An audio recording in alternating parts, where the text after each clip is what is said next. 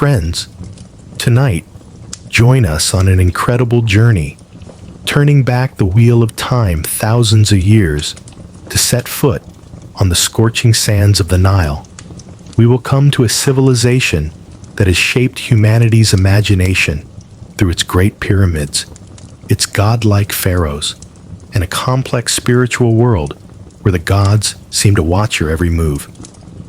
But behind the magnificent golden masks, the treasure-filled tombs, and the splendid temples lay a grim reality, a relentless struggle for survival. Today, we will not just ask, but take you to experience what would happen if you lived just one day in ancient Egypt. Because I must warn you, it's not just the sun that can burn you to the bone. Before we pull back the mysterious curtain of the past, if you love exploratory journeys like this, please support us with a like and subscribe. And don't forget to share in the comments where you're watching from in the world and what time it is. It's wonderful to see our community span the globe, sharing a passion for discovery. Now, dim the lights. Maybe turn on a fan for that gentle desert wind. And let's begin tonight's journey together. The terrible heat. Welcome to ancient Egypt, the land of pharaohs, great pyramids, and the relentless assault of ultraviolet rays. Even before you can open your eyes, the heat pierces through the gaps in your thatched hut, like a powerful god asserting its absolute dominance. There are no curtains, no shade, and certainly no air conditioning. Only the harsh desert heat, evaporating every last drop of dew and scorching everything, including you. You wake up on a mat woven from reeds, draped in a flimsy piece of linen that seems more symbolic than protective. The cool breeze from the Nile that travel films praise? It disappeared long ago, perhaps around 2800 BC, replaced by a dry gust of air carrying the smell of dust and sand. As you stumble outside, the temperature is already approaching 32 degrees and 90 degrees, though the sky is not yet fully bright. The air is thick, making every breath feel heavy. In ancient Egypt, the sun isn't just a source of light, it's a ruthless aggressor. Your long linen tunic is nearly useless, like wearing a sheet of tissue paper in a sauna. And don't dream of sunscreen. There's no aloe vera, no SPF 50, not even a floppy hat with a resort logo. Upper-class Egyptians had fragrant oils and fats to protect their skin. But if you're a farmer or a laborer, you'd never get them. Your only option is to smear Nile mud or crocodile dung on yourself, which was thought to help keep you from being burned alive. But that's just a maybe. By midday, the stones under your feet are hot enough to cook a small lizard. The air shimmers with heat, distorting the landscape in the distance. Shade is a luxury, a privilege reserved for temples or tombs. You might find some relief behind a mud brick wall, but it too is sweating from the heat. Meanwhile, you look like you've just been thrown into a kiln, sweat pouring down, mixing with dirt to form dark streaks on your skin. And it's best not to complain. The sun god Ra is watching from his sacred bark in the sky. In Egypt, the sun isn't just weather, it's divine power. The more you feel like you're melting, the more powerful Ra is. Basically, your melting could be seen as a form of divine praise.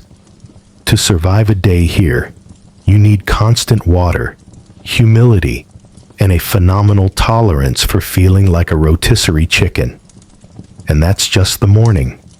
Personal hygiene on the Nile. You finally leave your itchy straw mat, your body sticky with sweat and dirt. The good news is the Nile is just a short walk away. The bad news is you can probably smell it before you see it. The Great Nile, the lifeblood of an entire civilization, was worshipped as a god. But honestly, it smells like a fish market that just went through a flood, mixed with mud and waste.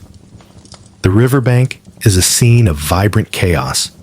Flies buzz in swarms, frogs croak, and all sorts of strange creatures squirm in the mud. But this is where you bathe. Soap hasn't been invented, and if it had, you couldn't afford it. Instead, you use the most advanced cleaning technology: sand. That's right. You rub coarse sand over your body to exfoliate and remove dirt. An effective but painful method. Laundry also happens in the Nile.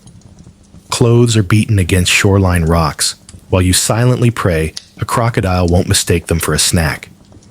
On top of that, sewage from upstream settlements occasionally flows by. Humans, livestock, and even funeral boats all share this river. Yet it was still considered sacred and pure, a paradox of faith. You emerge from the river feeling slightly less grimy, but more worried about leeches and parasites, like schistosomiasis, a chronic and debilitating disease so common it's been found in many mummies. If you lived in a big city like Memphis or Thebes, you might be lucky enough to use a public washing basin. Otherwise, it's just the Nile. And don't expect privacy. This is a communal space for family, neighbors, livestock, and even the storks pecking at your ankles. Laughter, arguments, and gossip echo along the riverbank. Pottery jars are filled and carried home on the head, a skill requiring great dexterity and balance, before the midday heat turns the ground into a furnace. It is a daily ritual that is both sacred and somewhat grueling. The Nile feeds you, cleanses you, and quenches your thirst. But don't delude yourself that it's a sparkling oasis. It's both a miracle and a biohazard, and it's all you have. Breakfast of an ancient Egyptian. You've bathed in a crocodile-infested river, scoured your body with sand, and feel like a toasted fig. Now it's time for the most important and perhaps the least appealing meal of your day. Set your expectations to their lowest level. There are no eggs Benedict, no refreshing fruit bowls, and absolutely no iced coffee. Breakfast in ancient Egypt is a tactical refueling operation, not a culinary experience. You sit on a low wooden stool, or simply squat in the corner of your home like most people. What's the main course? Bread. Lots of bread. Thick, dense, coarse, and often as tough as an old leather sandal. It's made from emmer wheat or barley, ground with manual stone grinders. This process inevitably mixes small grit into the flour. So, don't be surprised if there's sand in your slice of bread, an uninvited ingredient. The teeth of ancient Egyptians were often worn flat as river stones for this very reason. Accompanying this is beer. But this isn't the cold craft beer you know. This is liquid bread, thick, cloudy, warm, and slightly sour. It's more like a porridge than a refreshing drink, rich in calories and only slightly fermented. Even children drank it, not to get drunk, but because it was safer than Nile water. At least the brewing process boiled and killed most of the parasites. If you're really lucky, you might have a raw onion or a few dried dates to go with it. Protein is a luxury, only appearing if someone in the family caught a fish and didn't eat it raw on the spot. As you chew your rock-hard bread and sip your grain sludge, flies buzz around you as if at a buffet, which, for them, it is. You use one hand to wave them away, the other to hold your pottery cup, and try not to think too much about how this might be the best meal you'll have all day. Breakfast in ancient Egypt wasn't about flavor. It was about function. It provided enough energy to survive until someone handed you another gritty piece of bread. Bon appetit. Relentless labor. You've refueled with gritty bread and thick beer, enough to be considered operational. Now it's time for work. And believe me, labor in ancient Egypt makes modern burnout look like a spa vacation. Unless you're a priest or royalty, your job is all muscle and dust. No air conditioning, no breaks, no ergonomic chairs. Just sweat, sand, and the risk of collapsing before noon. If you're a farmer, you're wading in the fertile mud of the Nile from dawn, using a tool called a shadoof, a long lever with a bucket on one end and a stone counterweight on the other, to irrigate your fields. You pull weeds or plant barley under the supervision of a foreman whose only hobby seems to be yelling and cracking a whip. Your tools are a wooden plow pulled by oxen, a bronze or flint sickle, and your own calloused hands. If you're a construction worker, things are even harsher. Imagine quarrying tons of limestone or granite blocks, loading them onto wooden sleds, and dragging them across the desert to build temples or pyramids. You work under the blazing sun, barefoot on gravelly ramps and prayers. If you stumble, you get a broken ankle and a shrug from the overseer. Workplace safety was a non-existent concept. Working in the tombs was another level of suffering. You chisel limestone in cramped, poorly lit spaces, inhaling toxic rock dust to create the eternal resting place for people who will be resting for much longer than you. And if you mess up a relief in the pharaoh's tomb, your career might end in a sealed room with a curse. Women were not idle either. Housework was non-stop manual labor, grinding grain for hours, hauling heavy water jars from the Nile, weaving linen, caring for a brood of children, and still having to help in the fields during harvest. Your break might be the 7 minutes the baby is asleep.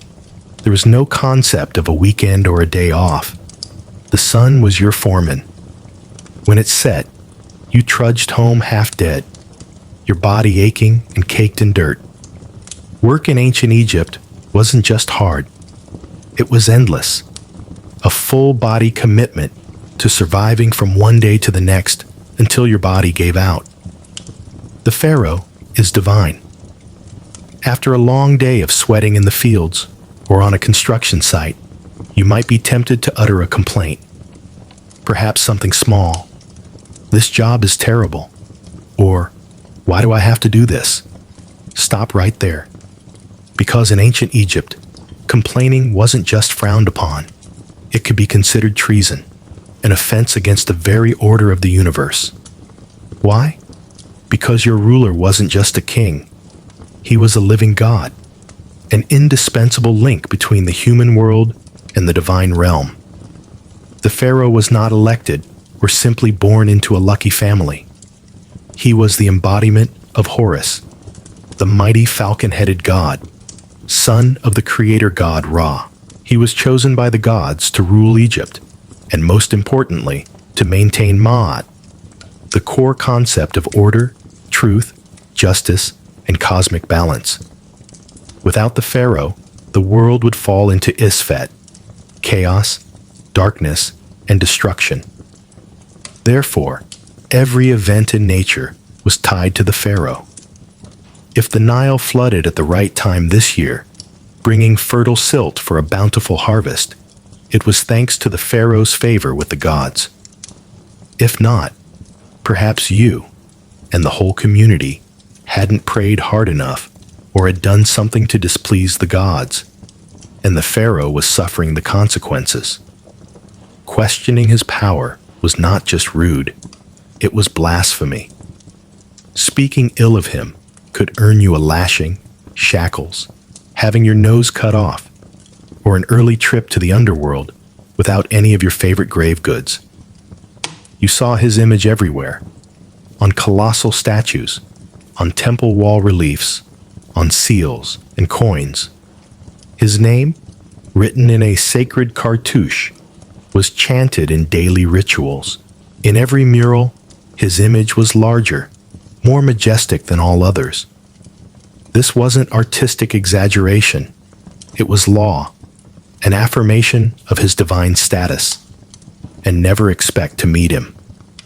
As a commoner, the closest you might get is a glimpse of his magnificent golden bark gliding past on the Nile during a major religious festival like the Opet Festival. Blink, and he's back in a palace you could never enter, surrounded by officials, guards, priests, and enough gold to fund a small civilization. If you were lucky enough to work on a royal project, like a tomb in the Valley of the Kings, you were expected to serve with joy and divine reverence. At least that's what you had to say, because feigning honor to chisel rock for 14 hours a day was much safer than showing fatigue or discontent. The pharaoh was divine, and you were just a grain of sand, lucky enough to be allowed to sweat for his glory. Life with sand. If you thought surviving the sun was hard, wait until you realize that in ancient Egypt, sand wasn't just landscape. It was your uninvited roommate, your colleague, the spice in every meal, and your mortal enemy. It was everywhere, a persistent, inescapable presence. Let's start with your clothes. You wear linen. It's light, breathable, and about as effective at keeping sand out as a screen door is at stopping soup. Sand creeps through every fiber, slips down your tunic, clings to your sweaty skin, and somehow finds its way into places you didn't know you had creases. You feel it grinding between your toes, in your hair, and even behind your ears. When eating, every loaf of bread was essentially a sand trap. Because the flour was ground between stone slabs, tiny grit inevitably made its way into the dough. The Egyptians didn't just eat wheat. They ate the millstone. That's why archaeologists studying mummies have found that the teeth of ancient Egyptians, from pharaohs to commoners, were often worn flat as river stones. Imagine chewing your breakfast while also getting a daily dental filing. And if you thought your home was a sand-free zone, think again. Your mud brick house had cracks, crevices, and unglazed windows. They were perfect gateways for the sand-carrying winds. Your floor was always covered in a fine layer of dust. Your cooking pot was full of sand, if not covered tightly. Your bed, a reed mat, was basically a sandpit disguised as furniture. You went to bed with sand and woke up with sand.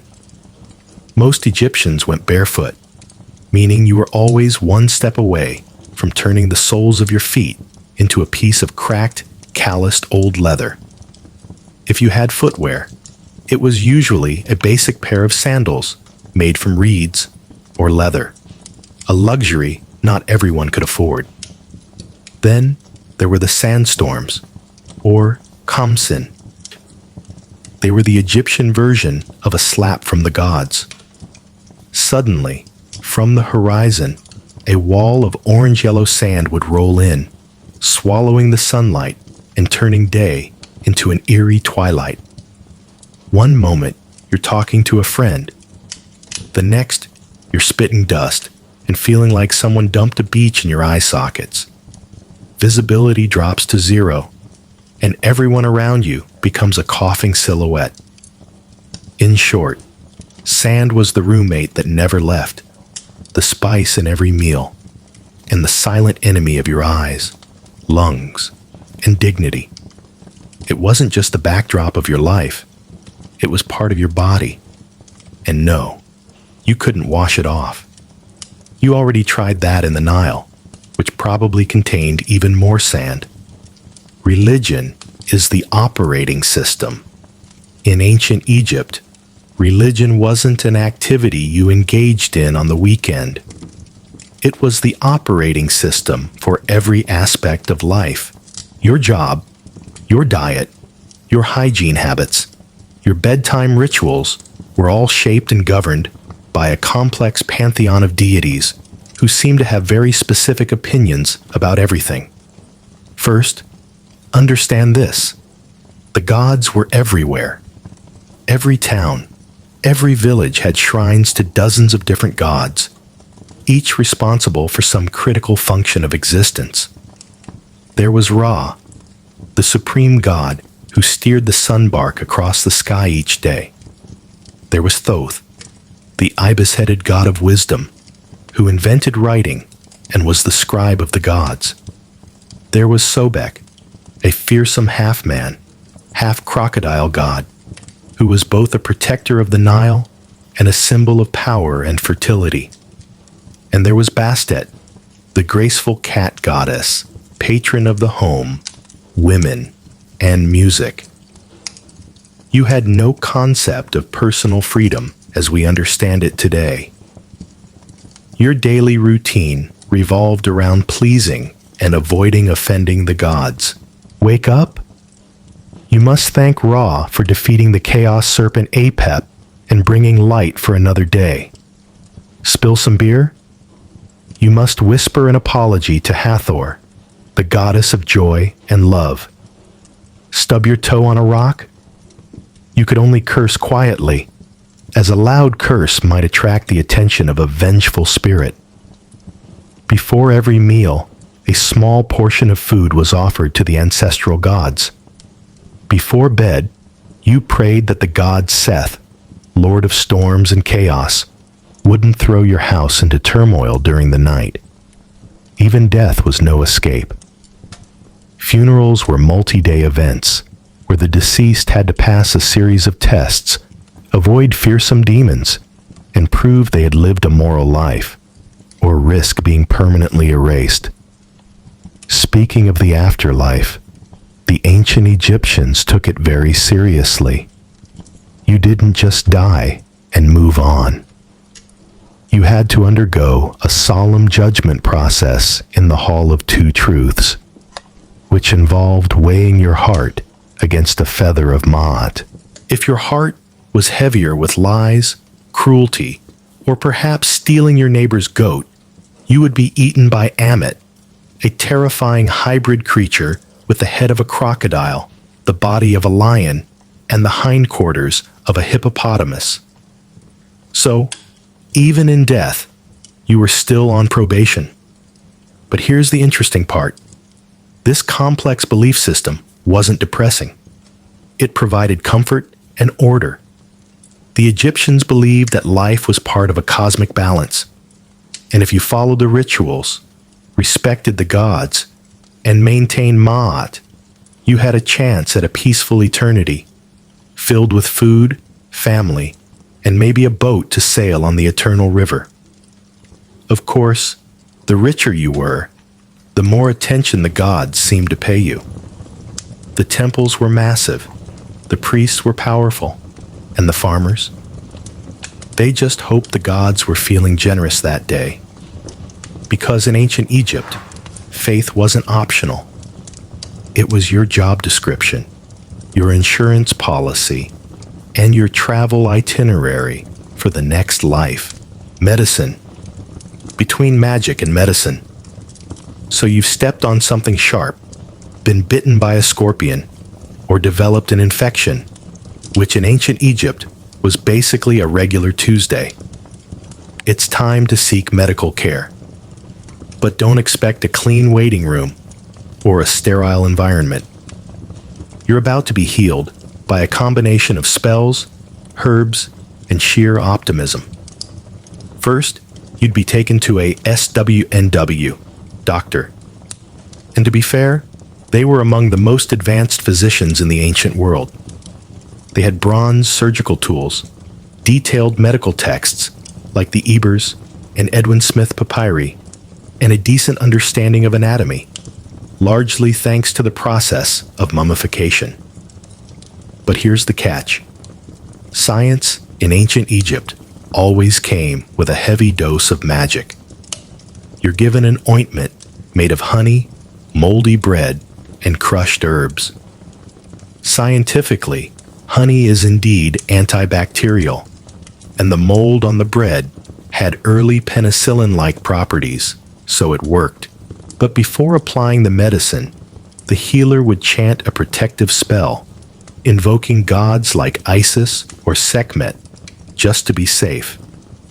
Because you never knew when your stomach ache was actually the result of a malevolent ghost or an angry god. Got a headache? You might get a poultice of crushed onions rubbed on your scalp, while someone recites hymns to banish the headache demon. A cough? Smear donkey dung mixed with dates on your chest and see what happens. Eye infections, a common problem due to sand and flies, might be treated with a mixture of lizard's blood, red ochre, and beer, along with a prayer to Horus, whose eye was magically healed. Surgery did happen sometimes. Abscesses were drained. Broken bones were splinted and set. Wounds were stitched with bronze needles and linen thread. But there was no anesthesia. Just a sharp knife, a bit of beer to get the patient drunk, and a strong friend to hold your shoulders down while you screamed into a mud brick pillow. Dentistry was not great. Remember all that sand in the bread? Your teeth were worn down by the time you were in your 20s. If you got a dental abscess, one of the most common causes of death, your options were to live with it, die of sepsis, or have it pulled with something that looked like pliers made by a blacksmith with low standards. And let's not forget amulets. Whether you were giving birth, being stitched up, or just sneezing too loudly, a good doctor-priest would likely hang an amulet around your neck. The Ankh symbol for life, the Eye of Horus for protection, or a scarab beetle for rebirth, just in case the problem was really an invisible snake spirit coiling around your spleen. So, Egyptian medicine had its moments of brilliance, but for the most part, you had to put your faith in the gods, because your bandage was really just a prayer wrapped in linen. The rights of women. Here's a plot twist most people don't expect when thinking about the ancient world. Ancient Egyptian women, in theory, had more rights than many women in contemporary and even later civilizations like Greece or Rome. They could own property, run businesses, initiate divorce, and even take a man to court and testify against him. Sounds progressive, right? But before you pack your bags for a girl boss getaway, hold on. Because while the legal status might impress you, the daily reality was not so glamorous. If you were a peasant woman in ancient Egypt, you likely woke up before sunrise. You would spend hours grinding grain by hand on a massive flat stone, a back-breaking job that wore down both the wheat and your spine. Then you had to fetch water from the Nile, cook breakfast, care for a brood of children, manage the household, feed the animals, and, if needed, help in the fields during planting and harvest seasons. You were a one-woman workforce in the linen weaving industry, a critical trade. There was no personal time, no spa days, and certainly no maternity leave. Childbirth was one of the most dangerous moments in a woman's life. Midwives were helpful, but there were no epidurals, no antiseptics, and no relaxing harp music playlists. You gave birth in a hot room with prayers of incense and hoped not to suffer complications or bleed to death. A tragic but common outcome. Let's talk fashion. Linen dresses were light and airy, but came with no underwear and often no shoes. The sun scorched your skin, sand ground into everything, and insects thought you were an all-you-can-eat buffet. Want that fabulous makeup? Egyptian women did use cosmetics, especially kohl, lead sulfide, for their eyes, but it was lead-based and applied with sticks that looked suspiciously like toothpicks. Now, if you were lucky enough to be born into a wealthy family, things were significantly better. You could learn to read, write, manage real estate, or become a powerful priestess of a goddess like Hathor. If you were born into royalty, you could even become pharaoh, like Hatshepsut, who ruled as a male king for over 2 decades, or Cleopatra, who ruled with intelligence and fearsome charm. But if you were poor, your status might be legal, but your reality was physical. You worked, you sweated, you bent, you carried, you buried, and you prayed. You were bound not by harsh laws, but by the relentless struggle for survival. Still, Egyptian women had agency, and that was huge. They could speak in court, keep their inheritance, and didn't become their husband's property when they married. Compared to many ancient societies, that was monumental. So yes, Egyptian women had rights, but comfort and ease were reserved for the statues and the goddesses, not the woman with her elbows deep in dough while swatting flies off a toddler. Death and judgment. You've made it through another grueling day in ancient Egypt. You've eaten your gritty bread, hauled heavy buckets of water, avoided divine wrath, and maybe even dodged a sandstorm. Time to relax, right? Wrong. Because in ancient Egypt, your real ordeal, your final exam, began after you died. Death was not the end.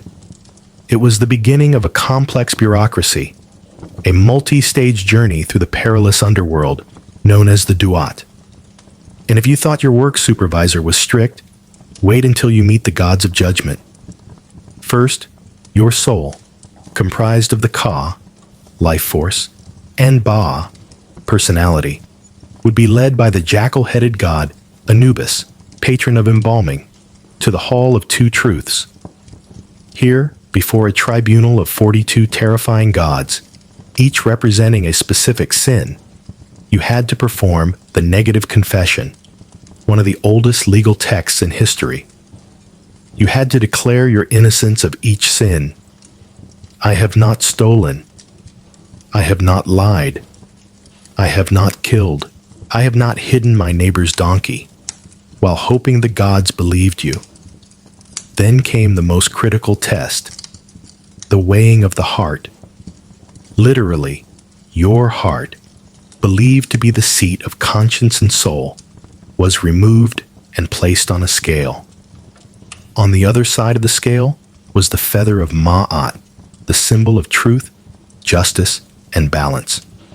The god Thoth, the divine scribe, would record the result.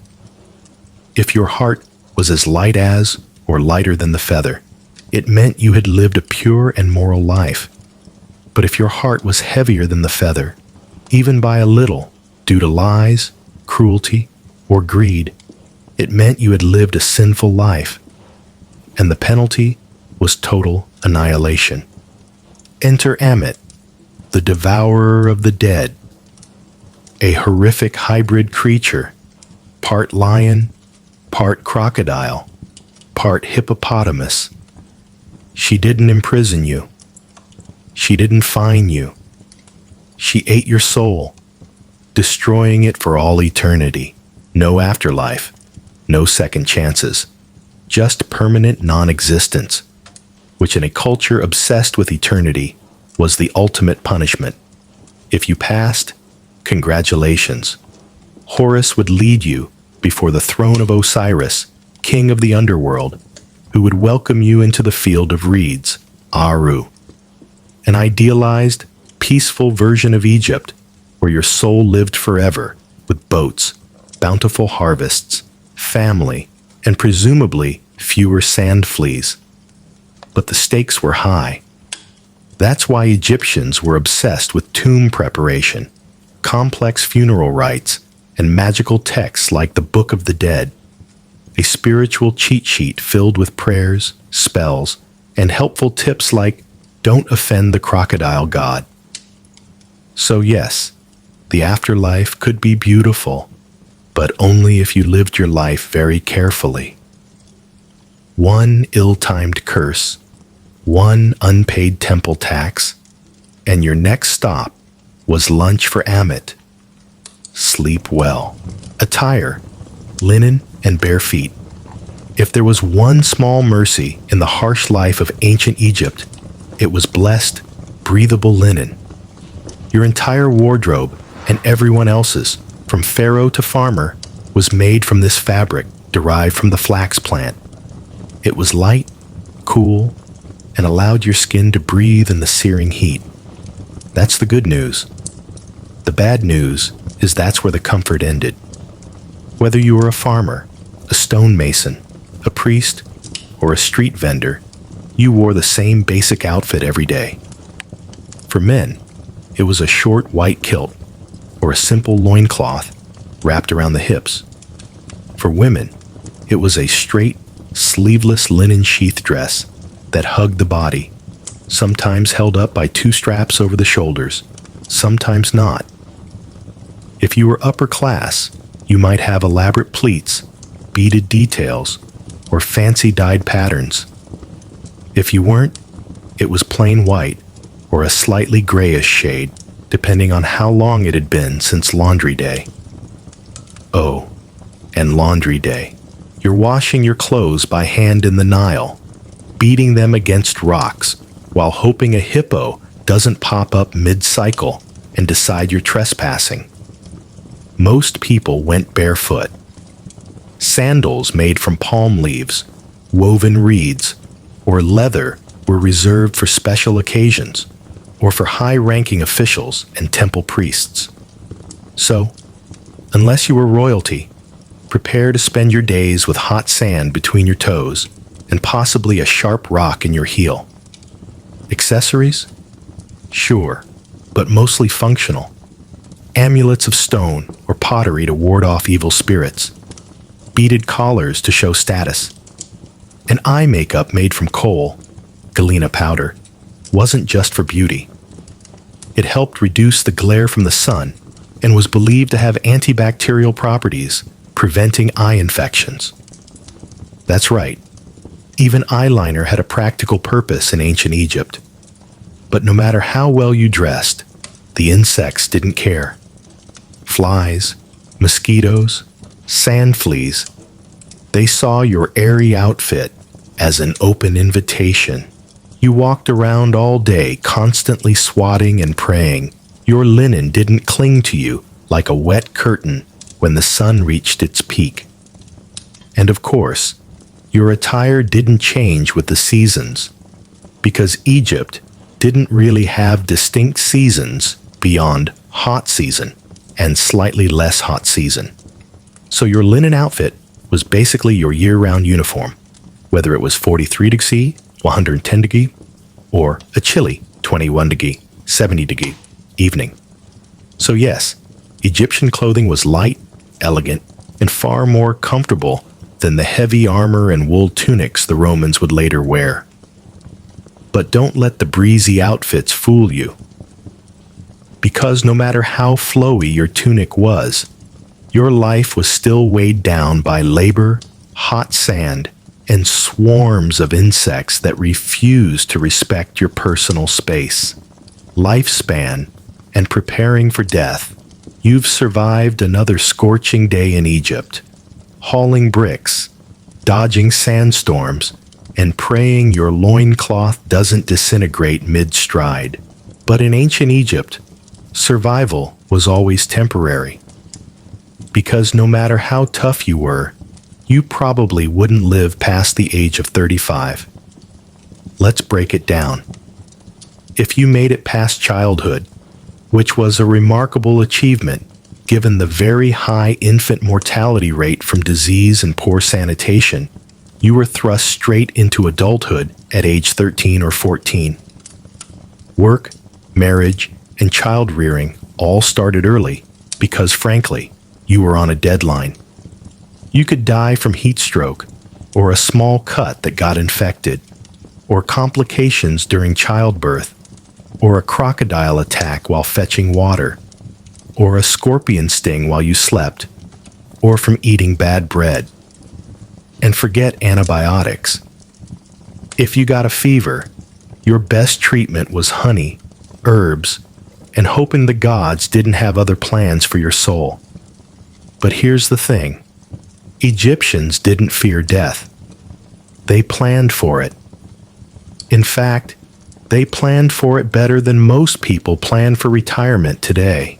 If you were wealthy, you'd spend a significant portion of your life building a house of eternity, a tomb, the ancient equivalent of a 5-star eternal suite. You started saving up grave goods, jewelry, food, offerings, perfumes, statues, and even little servant dolls called shabtis to do your chores in the afterlife. Think of them as spiritual interns who work while you sleep forever. Your body was carefully mummified, a 70-day process, wrapped in hundreds of meters of linen, packed in natron salt to dry out, and tucked neatly into an elaborately painted coffin. You were buried with a copy of the Book of the Dead, which was less about an apocalypse and more of a mystical travel guide, complete with passwords and spells to trick demons and instructions on how not to get eaten by a soul-devouring monster. If you were poor, your tomb might be a shallow pit in the desert sand. Your body was wrapped in whatever cloth your family could spare. Maybe a pot or two of beer and bread were placed nearby and then covered with earth. No murals, no gold masks, just you and the desert wind. But even the poorest Egyptians held on to the dream of the afterlife, a peaceful, fertile paradise called the Field of Reeds, where you farmed without sweating, ate without getting hungry, and sailed the Nile forever under a gentle sun. So yes, you would probably die young in ancient Egypt. But if you lived well, prayed correctly, and didn't offend too many jackal-headed gods, you might just spend eternity on your own terms. Tomb robbing. You finally made it to the afterlife, or at least into your tomb. You've been mummified, blessed, and buried with all the essentials for eternal life. Time to rest in peace, right? Not exactly. Because in ancient Egypt, even the dead got robbed. Let's start with a simple fact. Tombs were filled with expensive stuff. Gold amulets, lapis lazuli jewelry, rare perfumes, finely carved statues, chests full of high-quality linen, and for the pharaohs, literal rooms of treasure, all intended for the journey to the afterlife. But a treasure buried underground is basically an open invitation for those with a chisel, a pickaxe, and bad intentions. Tomb robbing was so common, it became a chronic problem, almost an industry. Pharaohs tried to combat it by hiding their tombs deep in the cliffs of the Valley of the Kings, locking them behind massive stone doors, booby traps, and false corridors. They also had fearsome curses carved on the walls. Things like, "May a crocodile in the water and a serpent on land be against him who does harm to this tomb," or "May your limbs be forever twisted by a serpent of fire." Spoiler alert, the curses didn't work. Tomb robbers still came at night, secretly, often with inside information. Sometimes they were desperate locals. Sometimes they were corrupt workers who had helped build the very tomb. In some cases, even priests and guards were in on it. and the punishment for being caught was severe. Public beating, mutilation, cutting off the nose or ears, exile to the harsh mines, or execution by impalement. But considering the value of the grave goods, especially gold and rare incense, the risk often seemed worth it. After all, the dead don't fight back. But it wasn't just the rich who were robbed. Even the tombs of commoners were violated. Poorer Egyptians might have been buried with a small pot of beer or a loaf of bread for the afterlife, still worth stealing. Food was scarce, tools were valuable, and linen was a form of currency. The irony, tomb raiding wasn't just about greed. Sometimes it was about survival. Egypt went through periods of famine, political collapse, and invasions. A starving worker might break into a tomb, not for treasure, but for food. And when your children are starving, a few funeral offerings look more like dinner than sacred objects. So, in ancient Egypt, you weren't safe just because you were dead. Your tomb could be plundered, your name erased from the walls, and your mummy pried open with a pickaxe by some desperate soul looking for a single small amulet. Rest in peace, only if no one knew where you were buried. Hieroglyphs, a beautiful puzzle. We've all seen them. The mysterious, majestic carvings on temple walls and tombs. Eyes, birds, snakes, lotus flowers, men walking sideways as if they're on a fashion runway. Ancient Egyptian hieroglyphs. Visually stunning and incredibly difficult to learn. Sure, they look cool, but try reading them. Hieroglyphs weren't just decorative art. They were a complete and complex writing system with over 700 characters, a number that grew over time. Some signs were logograms, representing whole words. Others were phonograms, representing sounds, like letters in our alphabet. And many were determinatives, silent signs placed at the end of a word to clarify its meaning. Because, writing the word star with an actual star symbol might be too simple. And don't expect spaces between words or punctuation. Ancient Egyptian writing was basically one long, beautiful, artistic puzzle with no vowels and a deep need for context to be understood correctly. Oh, and it could be written from left to right to left, or top to bottom, depending on how the scribe felt that day. The trick is to look at which way the human or animal figures are facing. That's the direction you should start reading. Learning to write hieroglyphs was not for the common person. Literacy was rare, with perhaps only 1% of the population actually able to read and write. If you wanted to be educated, you had to become a scribe, which meant years of intensive study starting from a young age.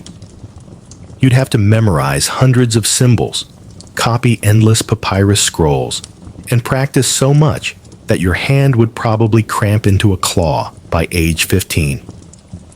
But the rewards were great. Scribes were respected, well-fed, and never had to haul bricks in the sun. Instead, they worked in government offices, temples, or the military, recording tax records, court documents, correspondence, and sacred religious texts. They were essential to society and protected from most manual labor.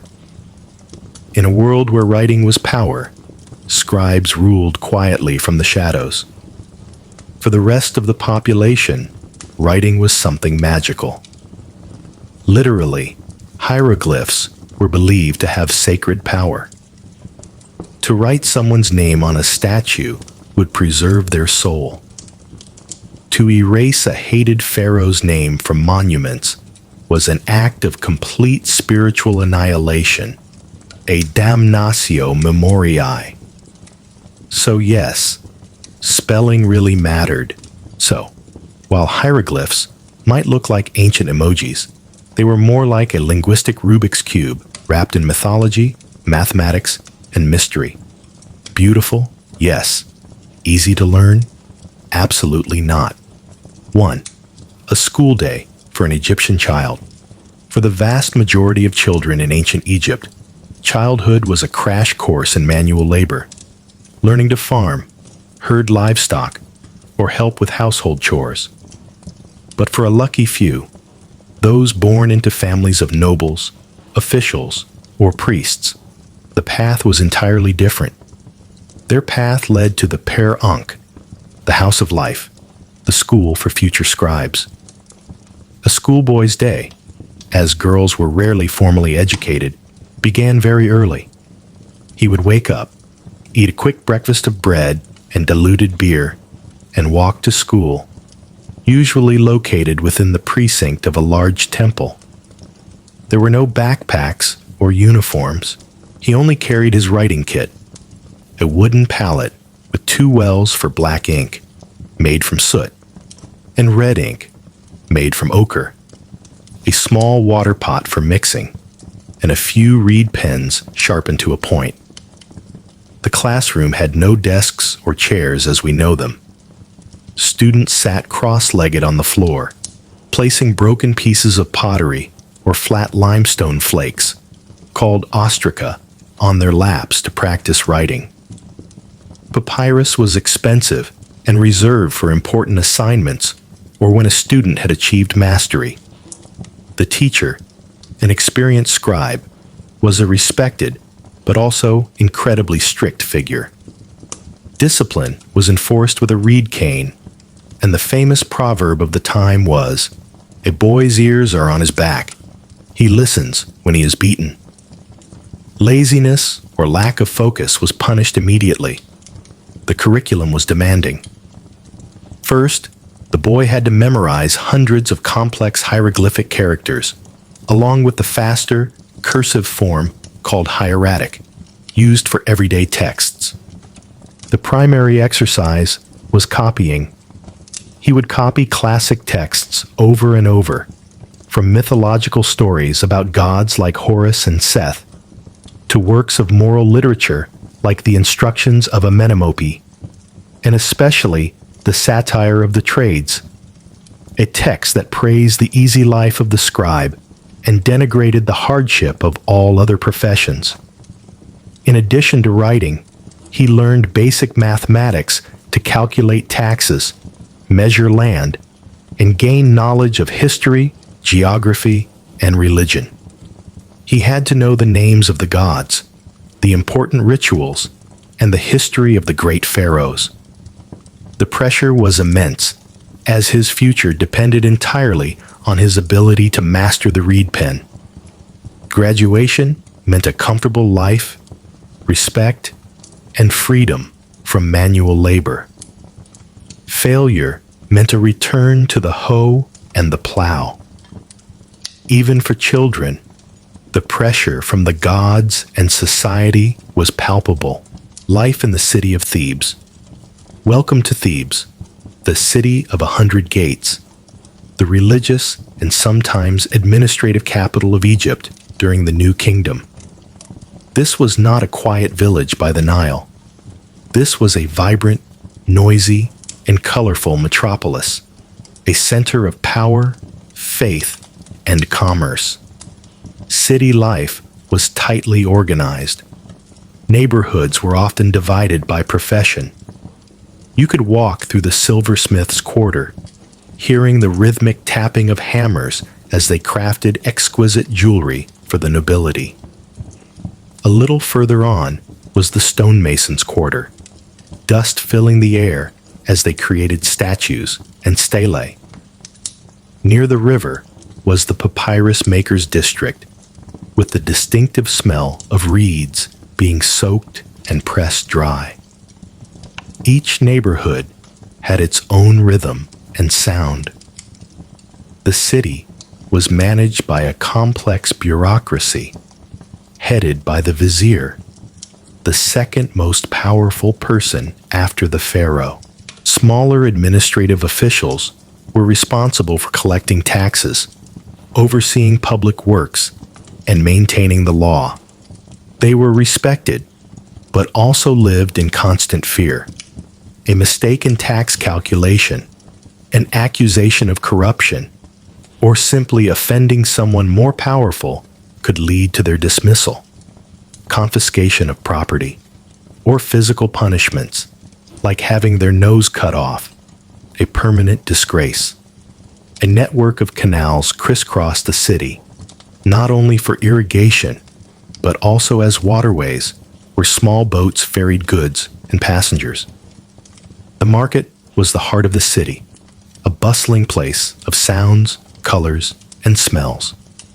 Farmers from nearby villages brought vegetables, grains, and poultry to sell.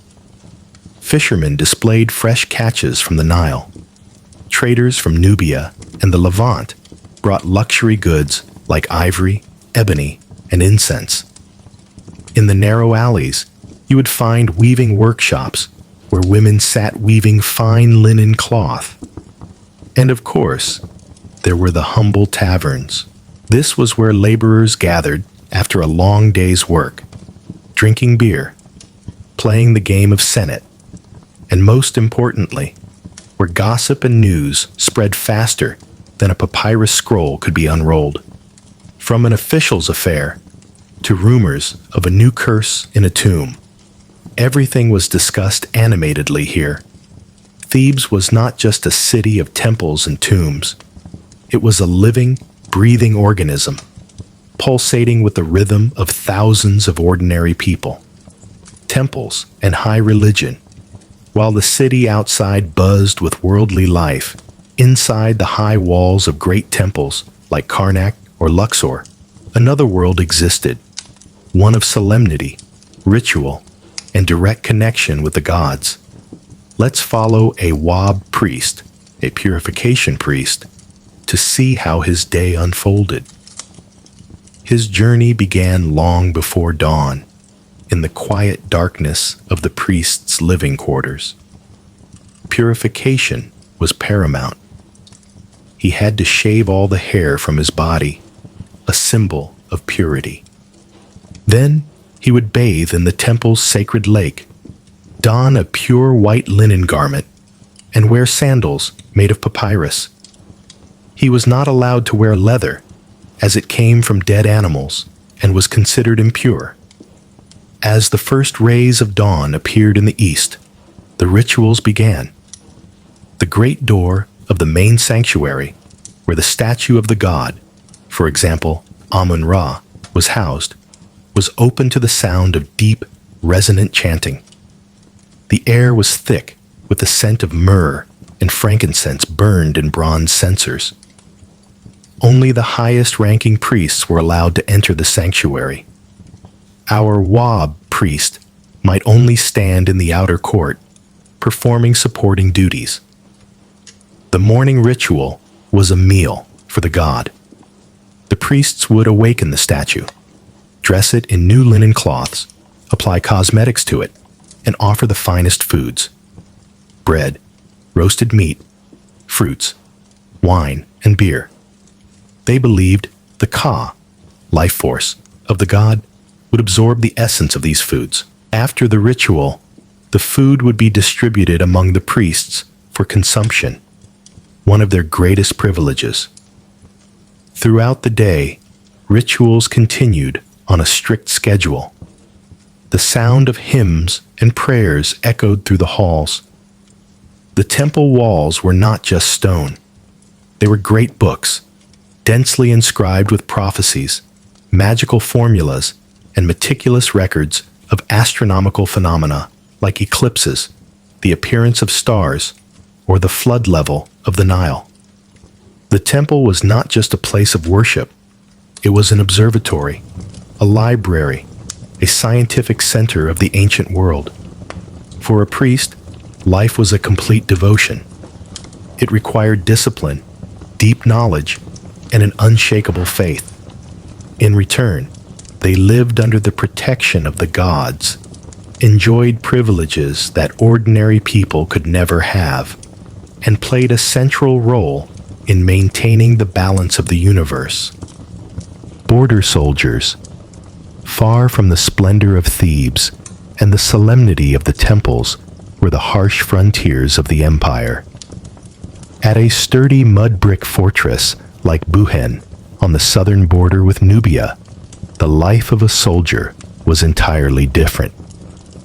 A soldier's day began with the sound of a trumpet blast. No leisurely breakfast, just a ration of hard bread and some diluted beer before starting patrol. Wearing a simple leather armor and carrying a bronze spear, a wooden shield, and perhaps a curved khopesh sword, he and his comrades would climb the fortress walls to observe the desolate desert. Patrol duty was monotonous but tense. His eyes had to constantly scan the horizon for any sign of nomadic Nubian tribes or raiding parties. The heat was terrible, and the only shade was from the watchtowers. Water was a precious commodity, distributed sparingly. To kill time and keep morale from plummeting, the soldiers would often gather at night around a small fire. They gambled with pebbles, repaired their weapons, and told each other stories. The most popular stories were not about kings or great battles, but chilling ghost stories. They whispered about cursed mummies coming to life in ancient tombs, about the vengeful spirits of the murdered, or about desert monsters lurking in the dark. These stories, though frightening, helped them face the real fear of ever-present death. Sometimes, the monotony was broken by an alarm. A group of Nubian scouts might approach too close to the fortress, leading to a small skirmish. Arrows would fly, and spears would clash against shields. These encounters were often quick and bloody. A soldier might survive, be wounded, or die on this foreign land, hundreds of miles from home. Life on the frontier was a test of endurance. It was loneliness, homesickness, and a daily confrontation with danger. But for these soldiers, protecting the borders of Egypt was not just a duty, it was a way to serve the pharaoh, protect Ma'at, and ensure that the land of the gods was safe from the chaos from without. A royal funeral night. When a member of the royal family, or the pharaoh himself, died, all of Egypt went into mourning. But this was not a silent grief. It was the beginning of a complex, lengthy, and elaborately staged series of rituals designed to ensure the deceased had a safe journey to the afterlife. Let's witness a night in that funeral process. After death, the royal body was taken to the Wabet, the place of purification. This was the beginning of the 70-day mummification process. On this night, the first rituals took place. The body was carefully washed with Nile water and palm wine. Then, a small incision was made on the left flank, and specialized priests would carefully remove the internal organs, the liver, lungs, stomach, and intestines. The heart, considered the center of intelligence and emotion, was left inside the body. The internal organs were cleaned, preserved in natron salt, and placed in 4 special jars called canopic jars, each protected by one of the 4 sons of Horus. Meanwhile, the body cavity was rinsed with palm wine and stuffed with myrrh, cinnamon, and other herbs. The entire process took place in the flickering torchlight and the constant chanting of priests, who were reciting spells from sacred texts to protect the body from decay and evil forces. Outside the Wabet, the atmosphere was no less solemn. Professional female dancers, dressed in white, performed funeral dances, their movements expressing grief and loss. The sound of flutes and harps played mournful melodies. Hired mourners, usually women, wailed, tore their hair, and beat their chests to express the sorrow of the entire kingdom. An important part of this night was the preparation of linen wrappings and amulets. Hundreds of meters of fine linen were prepared to wrap the mummy. Between the layers of cloth, dozens, even hundreds, of small amulets made of gold, precious stones, or faience would be placed in strategic positions to protect the deceased. A papyrus scroll containing important chapters from the Book of the Dead might be carefully sewn into the final wrappings right over the chest as a map and guide for the dangerous journey in the underworld. Everything was done with absolute precision and reverence. A small mistake could endanger the soul of the deceased. A royal funeral night was a spectacular display of faith, art, and technique, a powerful statement that for the Egyptians, death was not the end, but merely a gateway to eternal life. Money, taxes, and debt. No cash, but plenty to tax. Imagine a world without coins or paper money. That was the economy of Egypt for most of its history. So how did you buy a donkey, pay a stonemason, or simply buy a jar of beer? The answer lay in a complex system based on barter and a standard unit of value. Daily transactions were conducted by direct exchange. A sack of wheat for a few linen cloths, a chicken for a clay pot. But to value larger items, the Egyptians used a system called the deben. A deben was not a coin, but a unit of weight, usually equivalent to about 91 grams of copper or silver. A coffin might be valued at 25 deben, a cow at 140 deben. You wouldn't pay with copper bars, but with goods of equivalent value, for example, grain, oil, or linen. The wages of royal tomb builders were also paid in kind: bread, beer, dried fish, and vegetables, a complete diet to ensure they were healthy enough to work. However, if there was one certainty in an Egyptian's life, besides death, it was taxes. The state, under the authority of the pharaoh, owned all the land. Therefore, everything you produced could be taxed. The main tax was the agricultural tax, collected after the harvest. Officials would come to measure your fields, estimate the yield, and collect a significant portion, sometimes up to 50%, of your grain. But it wasn't just agricultural produce. You have livestock? They would be counted and taxed. You are a craftsman? Your products, from pottery to jewelry, were also subject to tax. You have a small plot of land in your garden growing onions. It would probably be taxed too. Even fishing in the Nile was not free. Tax collection was carried out by mobile tax officials, scribes accompanied by guards. They were the most hated and feared figures in the villages. They could arrive unexpectedly, inspect your granary, and if they found you hiding produce to evade taxes, the punishment would be severe, from public beatings to confiscation of property. For many farmers, paying taxes was a constant burden that pushed them into debt.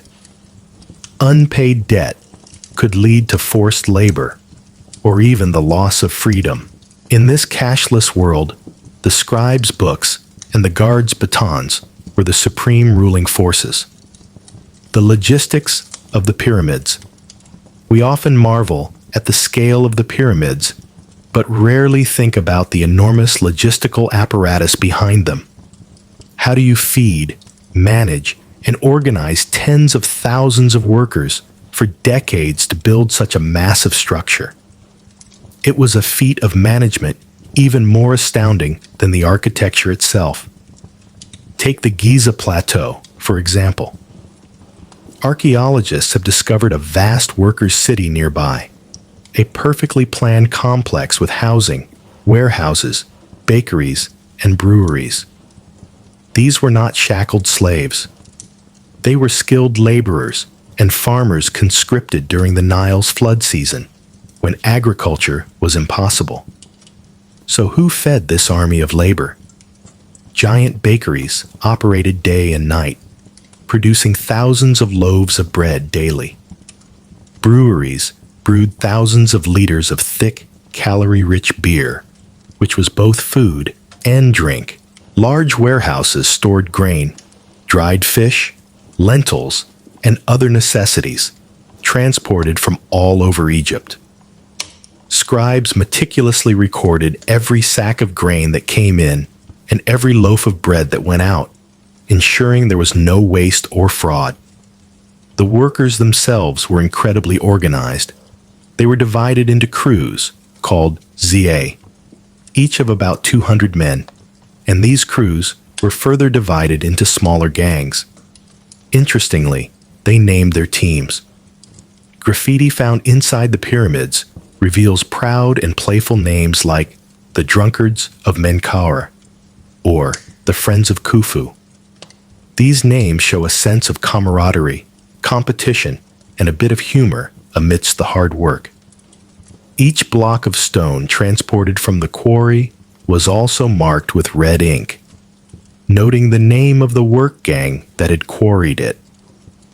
This was a form of quality control and progress tracking.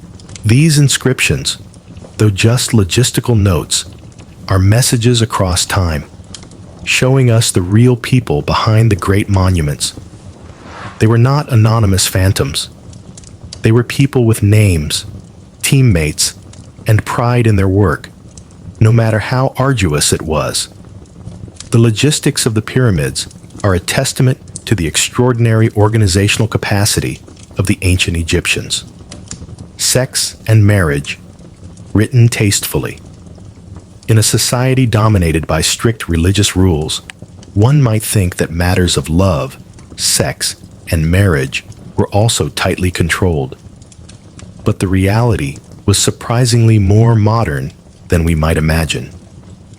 For the ancient Egyptians, marriage was not a religious ceremony or a complex legal contract. It was simply a social arrangement. There was no formal wedding ceremony, no priest's blessing. When a man and a woman decided to establish a house together, they simply moved in together. The man would bring his property to the woman's house, or vice versa, and from then on, they were recognized by the community as husband and wife.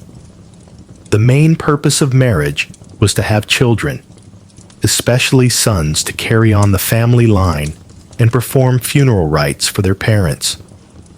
Love and romance certainly existed. Many love poems have been found that show passionate and sincere feelings. A young man might compare his beloved to the goddess Hathor, and a young woman might describe her longing when she could not see her lover. Divorce was as simple as marriage. If a couple was no longer compatible, they could separate. A woman had the right to initiate a divorce, and if she could prove fault on the husband's part, for example, he abused her, she could evict him from the house and keep her property as well as a portion of the joint property. Similarly, a husband could also divorce his wife. After a divorce, both were free to remarry. Regarding sexuality, the Egyptians had a rather practical view. It was considered a natural and important part of life, necessary for procreation and providing pleasure. Medical texts mention contraceptive methods, though their effectiveness was low, such as using crocodile dung or honey. Mythological stories did not shy away from sexual themes, with gods loving, being jealous, and having children. However, fidelity in marriage was still valued. Adultery, especially on the part of the wife, could be severely punished, as it created uncertainty about lineage and inheritance rights. For infertile couples, they would turn to magic and religion. They would offer sacrifices to fertility gods like Min or Taweret and use amulets and potions believed to help with conception. For the Egyptians, having children was not just a personal joy. It was a social and religious duty, ensuring the continuation of the family and the immortality of the soul. The Book of the Dead and the Journey. Through the afterlife, the Book of the Dead is a modern name, coined by Egyptologists. For the ancient Egyptians, it was called the Book of Coming Forth by Day. This was not a Bible with a fixed content, but a collection of spells, prayers, and instructions, customized for each deceased person to help them navigate the dangerous journey through the underworld, the Duat. Imagine your soul has just left your body. You are standing at the threshold of the Duat, a world of darkness, chaos, and fearsome creatures. What do? The Book of the Dead is your map and your guidebook. Each chapter is a spell for a specific purpose.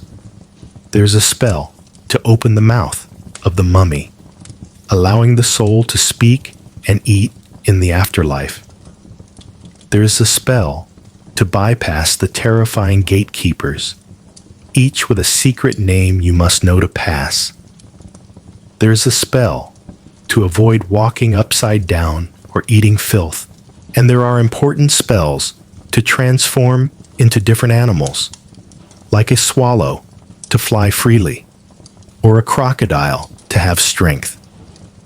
One of the most important parts describes the nightly journey of the sun god Ra. Each night, Ra would travel in his bark through the 12 hours of darkness, corresponding to the 12 regions of the Duat. Each region had its own challenges and demons, culminating in the confrontation with Apep, the great chaos serpent, Ra's mortal enemy. The soul of the deceased was hoped to join Ra's retinue on this boat. By reciting the correct spells, they could help Ra defeat Apep and be reborn with him at dawn. This was not just a personal journey. It was participation in the eternal cycle of the universe. The Book of the Dead was not just a collection of tips for dodging monsters. It was imbued with the deep philosophy of the Egyptians about life, death, and rebirth. It turned a terrifying journey through darkness into a mystical adventure, a process of spiritual transformation. The ultimate goal was not just to survive, but to become an Ak, an enlightened spirit, unified with the gods, and living forever in the field of reeds. It is a poetic and hopeful story, an affirmation that even in the deepest darkness, light can be found.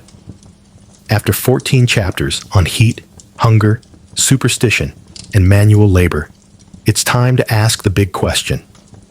Would you, a modern human, survive a single day in ancient Egypt? Let's be honest with each other. Probably not. Sure, it's easy to romanticize the ancient world. The golden tombs, the lotus-scented air, the graceful hieroglyphs, the animal-headed gods, and a philosophy geared toward order and beauty. But behind the iconic monuments and exquisite art was a brutal reality that spared no one outside a tiny elite. The average Egyptian's day began with a dirt floor, a swarm of flies, and the knowledge that if you didn't work, you didn't eat.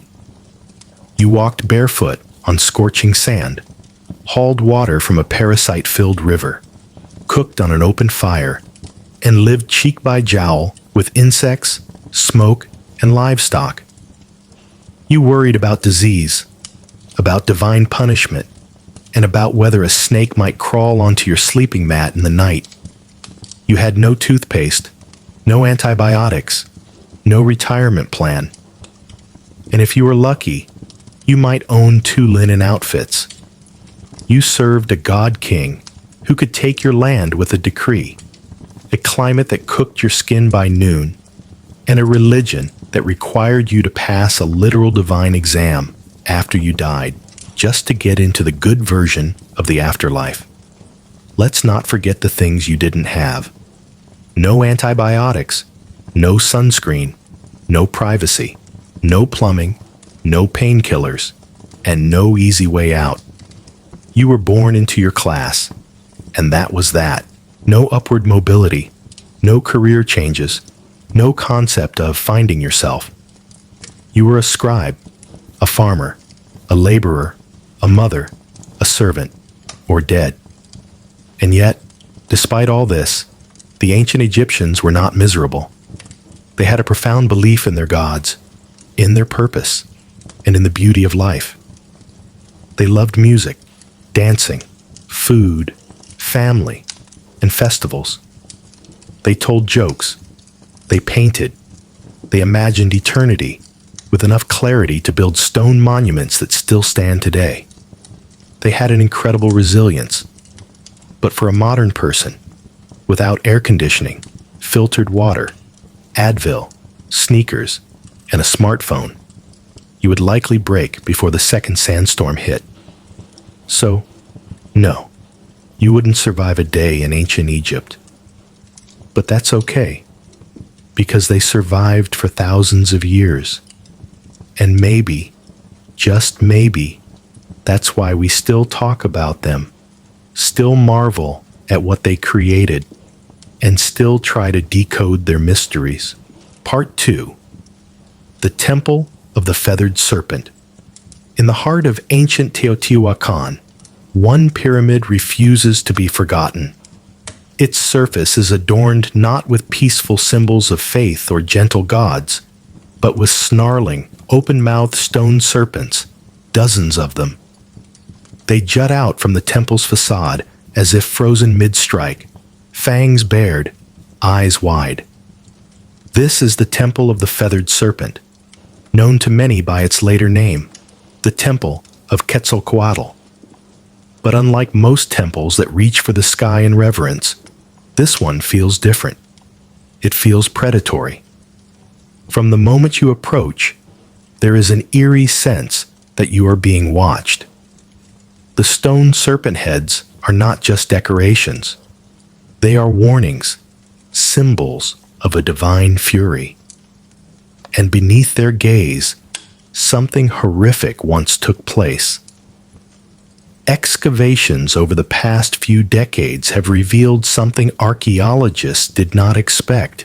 Hidden beneath the temple's foundations were not just ritual offerings, but something far more disturbing: human remains, and not just a few.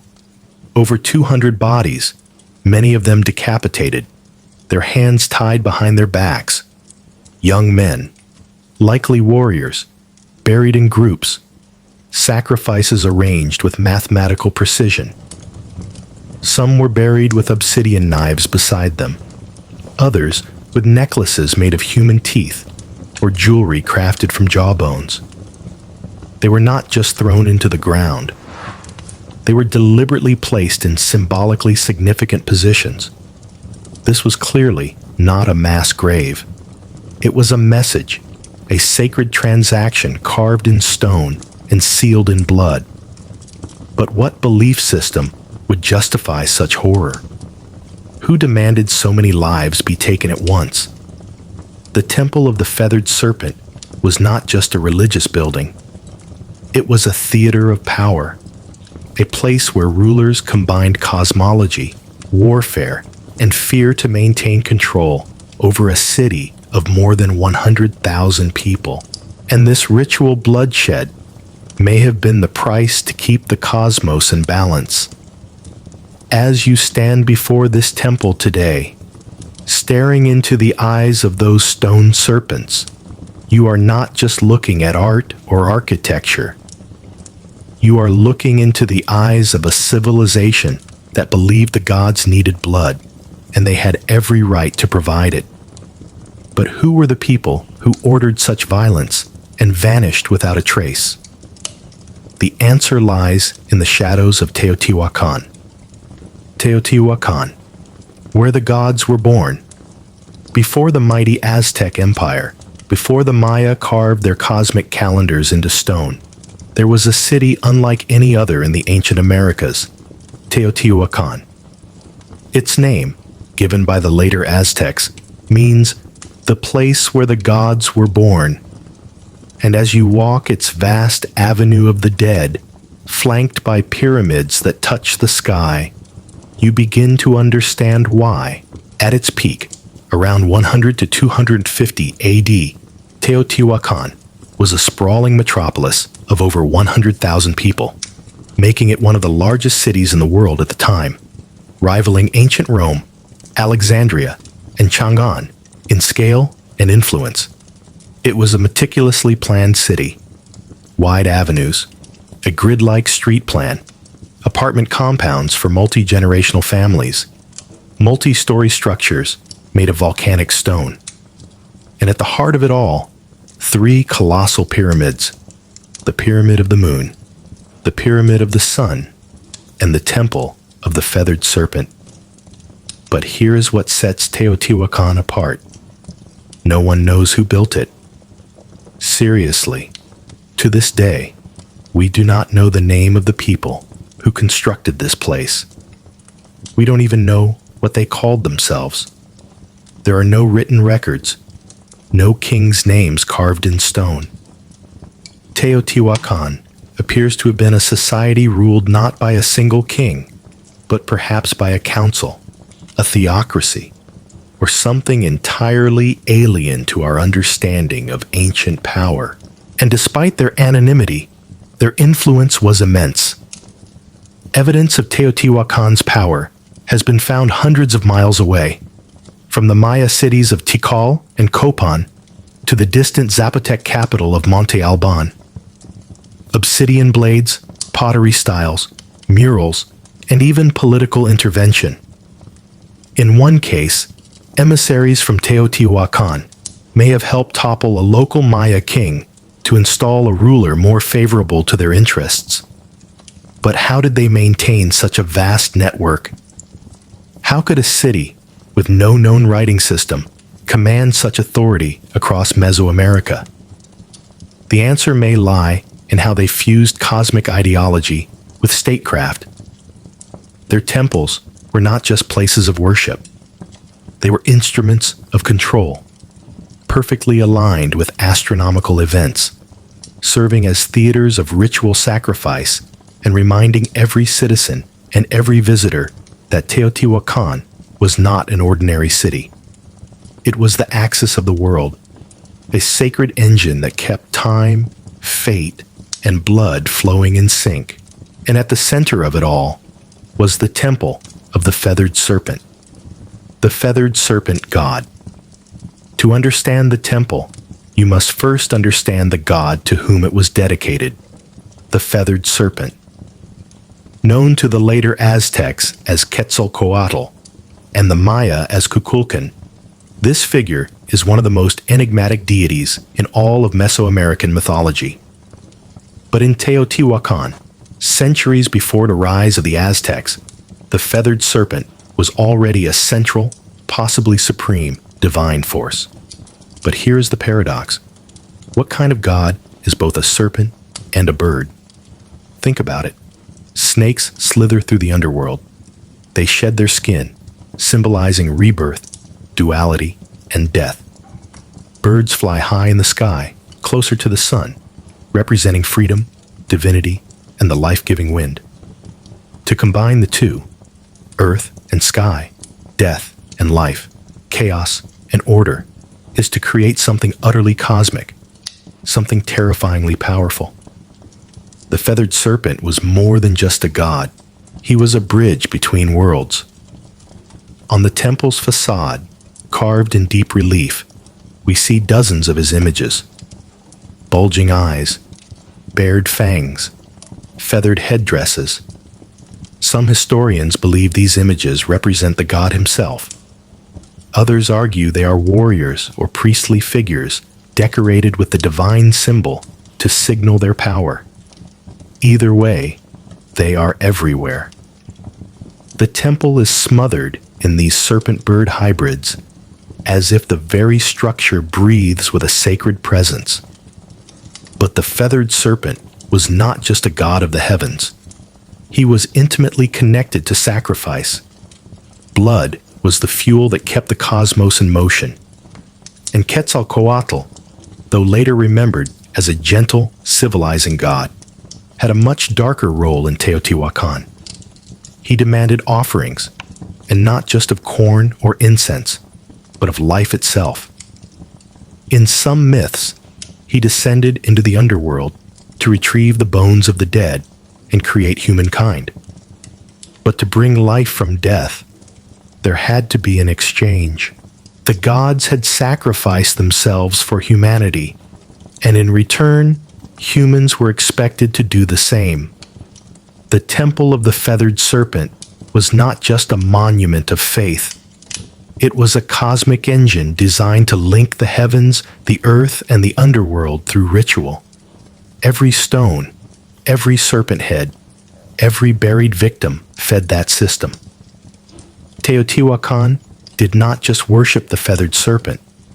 They embodied his logic, his paradox, his power, and his blood.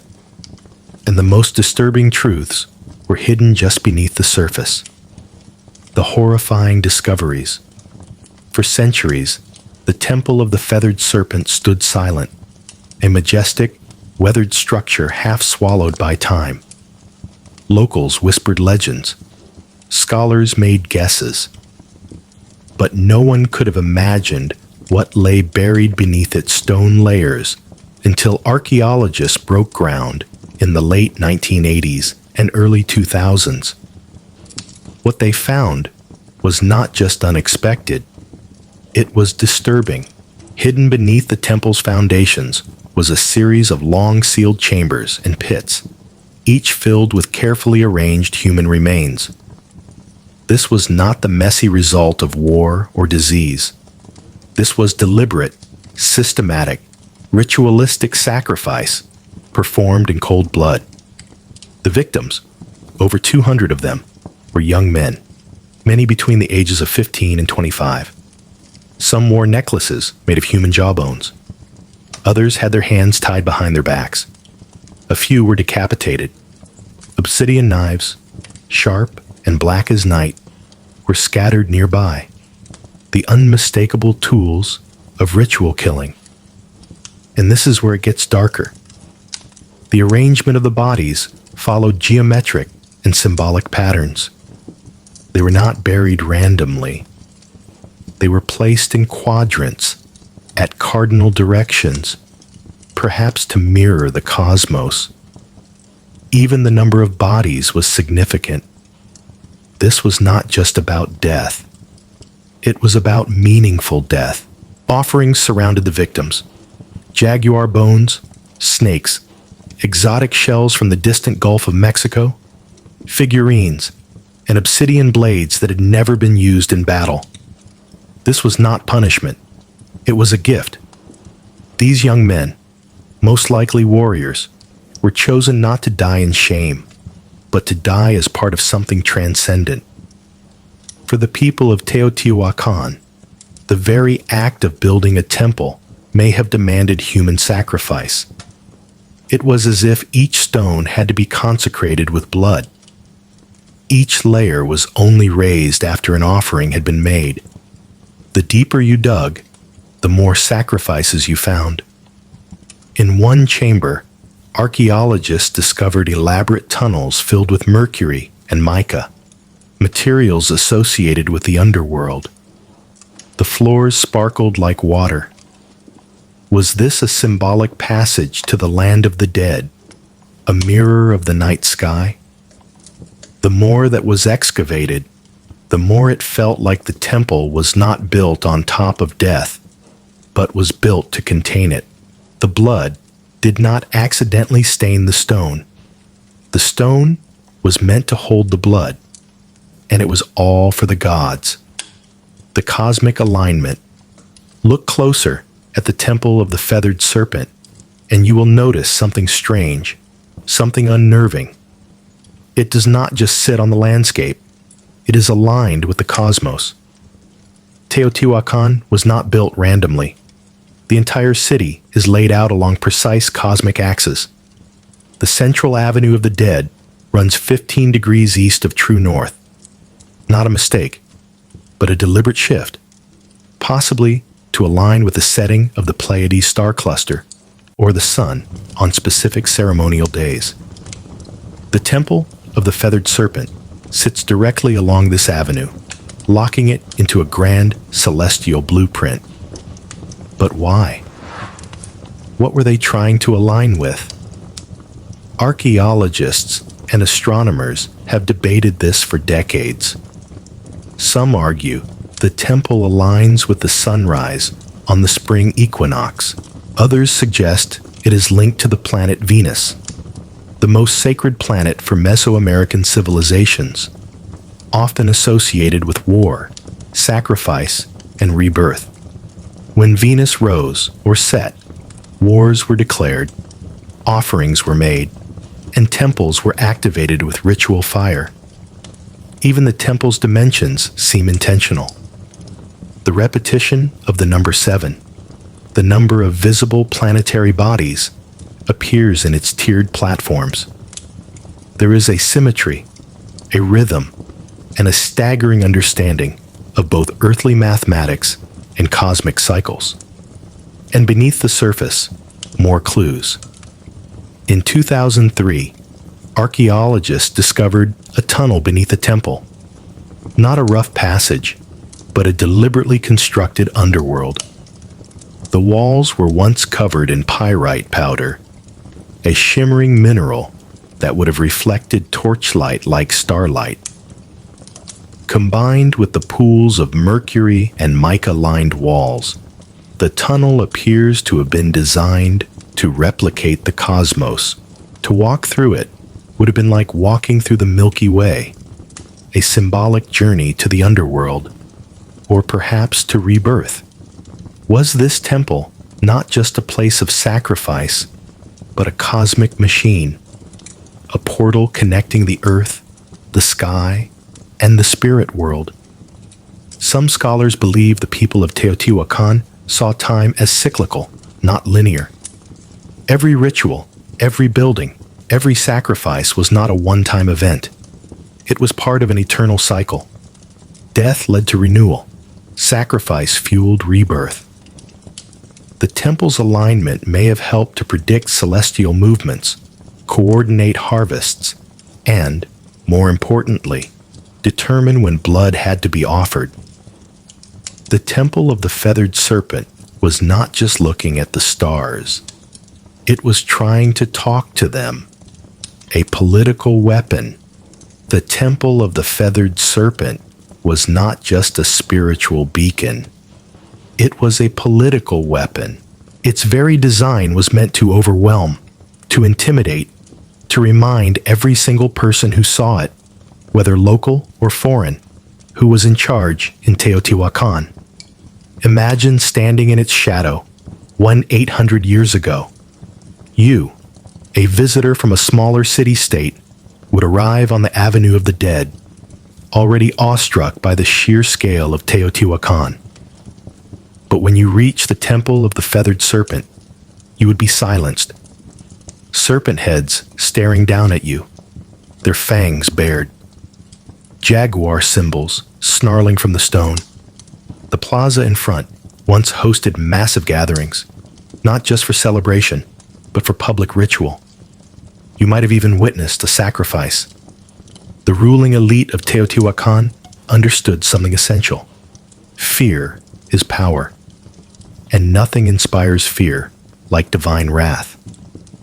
By staging ritual executions in broad daylight, surrounded by cosmic symbols and imagery of death, they sent a clear message. The gods are with us, and we are not afraid to feed them. But this was not chaos. This was theater. Priests in feathered costumes and obsidian masks would chant, dance, and spill blood, turning cosmic myths into political performance. It was not just about pleasing the gods. It was about reminding everyone watching that the city's rulers had a direct line to the divine. Only they could open the heavens or summon the rain, protect the people or destroy their enemies. Even the architecture helped reinforce this propaganda. From the temple's upper tiers, leaders could look down upon the plaza. They controlled not just the narrative, but the physical space where it unfolded. The people looked up, at the gods, at the rulers, at the sacrifices, and knew their place. And for outsiders, Teotihuacan did not need to conquer with the sword. It conquered with symbolism. Visiting dignitaries would bring home stories of awe and terror. They would speak of the feathered serpents, the endless avenues, the blood rituals that lit the sky red. In a world where the gods ruled by fear, Teotihuacan had positioned itself as their chosen mouthpiece, and the temple of the feathered serpent was the loudest voice of all. The collapse and the silence. At its height, Teotihuacan was the beating heart of Mesoamerica, a city of fire and stone, of gods and blood, a city that seemed destined to last forever. But around 550 AD, something changed. Something broke. And the silence that followed was as cold as the temple's stone serpents. The collapse of Teotihuacan was not loud and glorious. It happened slowly, and then all at once. Signs of stress began to appear decades earlier. Signs that the cosmic engine was faltering. Evidence points to a period of prolonged drought, crop failures, and social unrest. The very systems that had sustained this great city, the centralized power, the religious domination, the cosmic order, began to crack under the pressure. And then the fires came. Archaeologists have discovered widespread burn layers across the elite compounds, temples, and administrative buildings, including signs of violent destruction at the temple of the feathered serpent itself. The strange thing is, the residential areas of the lower classes were largely untouched. This was not a foreign invasion. This was an uprising, a rebellion, likely from within. The very people who had once watched the sacrifices in awe may have turned against their priest kings. The temple of the feathered serpent, once the ultimate symbol of sacred power, was desecrated. Sculptures were smashed, fires were set, ritual spaces were violated, and then silence. Teotihuacan was not completely abandoned overnight, but it lost its soul. The trade networks collapsed. The artistic production ceased. The great rituals stopped. The ruling elite vanished. The temple no longer spoke. Yet, the mystery only deepens. Because while the city withered, its memory survived. Centuries later, the Aztecs arrived in the Valley of Mexico and stumbled upon its ruins. They were astonished. They believed the gods had built this place. They named it Teotihuacan, the place where the gods were born. They built their own myths around its pyramids, revering it as a sacred land, even if they had no idea who its original builders were. To them, the Temple of the Feathered Serpent was not a ruin. It was a relic of a divine truth. But the irony remains. The most powerful city of its time, built on cosmic order and blood, vanished without a single written word, without a final record, leaving only stone and questions. The gods, it seems, had gone silent. The rediscovery.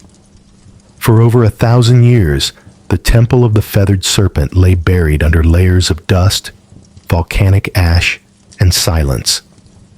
Locals avoided it. Farmers plowed around it, and the world forgot it, until the age of modern archaeology arrived and cracked open the secrets buried within. In the early 20th century, Mexican archaeologists began to systematically excavate Teotihuacan. What they found was staggering. A perfectly designed city, far older than the Aztecs. But it wasn't until the 1980s and 2000s that the temple itself began to yield its most intimate and chilling revelations. One of the most dramatic discoveries came in 2011, when researchers discovered a sealed tunnel beneath the temple of the feathered serpent. It had been intentionally closed off nearly 1,800 years ago, as if to keep anyone from ever entering again. After years of excavation, scientists unearthed a cosmic corridor, a symbolic underworld lined with pyrite to mimic a starry sky, pools of liquid mercury, and thousands of ritual objects. Jade statues, rubber balls, obsidian blades, and even carved wooden masks. It felt more like a message than a tomb. Why would the ancient builders have gone to such lengths? What were they trying to preserve or hide? Some experts believe the tunnel was used in initiation rites. Others think it symbolized the creation of the world, a mythical womb where gods were born, where kings were made, where the divine order was negotiated between humans and the universe. The mercury, once thought to be merely toxic, may have represented water or the liquid veil between worlds. And amidst all this glittering debris was a persistent whisper. The feathered serpent was still lurking, not just as a myth, but as a presence in the murals, in the sculptures, in the geometry of the temple itself. The serpent had not disappeared. It had coiled inward, deep into the bones of the city, waiting to be rediscovered. And with every excavation, every jawbone or piece of gold jewelry uncovered, we get a little closer to its message. A message carved not in language, but in stone, sacrifice, and shadow. Modern science has given us X-rays, drones, and ground-penetrating radar. But even with all our tools, one truth remains. The temple still keeps its secrets. The legacy of the feathered serpent.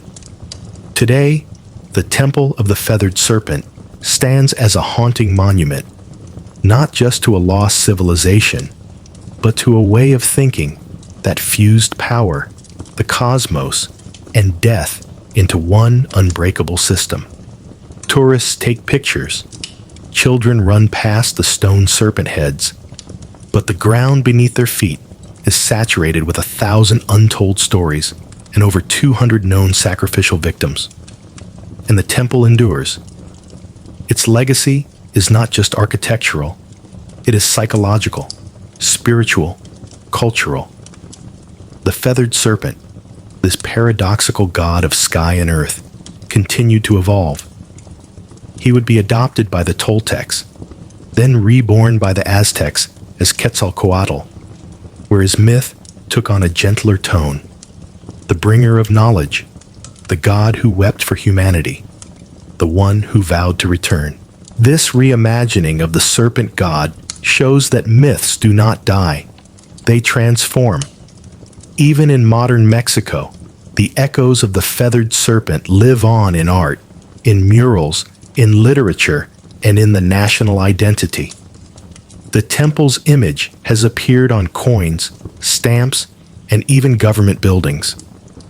It has become a symbol of mystery, of pre-Columbian brilliance, and of the wild spiritual world that once pulsed through Mesoamerica. But there is another legacy, a less visible, more uncomfortable one. The temple of the feathered serpent forces us to confront the price of belief. It asks hard questions. How far will humans go to feel connected to the divine? What happens when power and religion become indistinguishable? Can beauty coexist with horror? In many ways, the temple is not just a historical relic. It is a mirror, a reflection of ourselves. Our fascination with the afterlife, our hunger for meaning, our capacity to build astonishingly beautiful monuments and stain them with blood. The temple teaches us that greatness comes with a shadow, that civilizations can rise to unimaginable heights while burying their secrets beneath the stones. And maybe that is why we keep coming back, not just to visit, but to understand. Because deep down, we know the serpent is still watching, not to strike, but to remind us of what we once were and what we might still be. Part 3. The evolution of the Manhattan skyline. Before the towers. Before Manhattan was a forest of glass and steel, it was an island of shadows, cast not by towers, but by church steeples and pitched roofs. In the early 1800s, a skyline barely existed.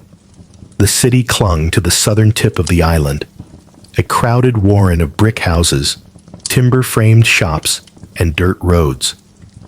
Buildings rarely rose higher than 5 or 6 stories. It wasn't for a lack of ambition, but because gravity had the final say. The taller a building grew, the more weight it carried, and with stone and brick, height came at a heavy price. Walls had to be thicker at the bottom to support the upper floors, leaving less interior space and requiring massive foundations. To build tall was to build heavy, and heavy didn't make financial sense. So the city grew horizontally, spreading north along a grid planned in 1811, one of the most audacious urban blueprints of its time. But beneath that grid, below the layers of cobblestone and soil, Manhattan held a secret weapon: bedrock. Deep, dense, and unyielding. The granite spine running beneath the island would one day support some of the tallest structures in human history. But for now, it lay dormant, untouched, waiting. Life in early Manhattan was noisy, but grounded. Commerce buzzed at the harbor, ships lined the piers, and horses clattered through the narrow streets. The economy grew, immigration soared, and the island pulsed with energy, but the city hugged the earth. The sky remained untouched. The only real vertical statements were the churches, Trinity Church being the most prominent. Its spire, completed in 1846, soared over 280 feet, 85 meters, and for a time, it was the tallest structure in New York. But even that was more symbol than skyline. What no one knew then was that the future of the skyline would be shaped not by stone or wood, but by iron, steel, and vision. And it would not be limited by the ground.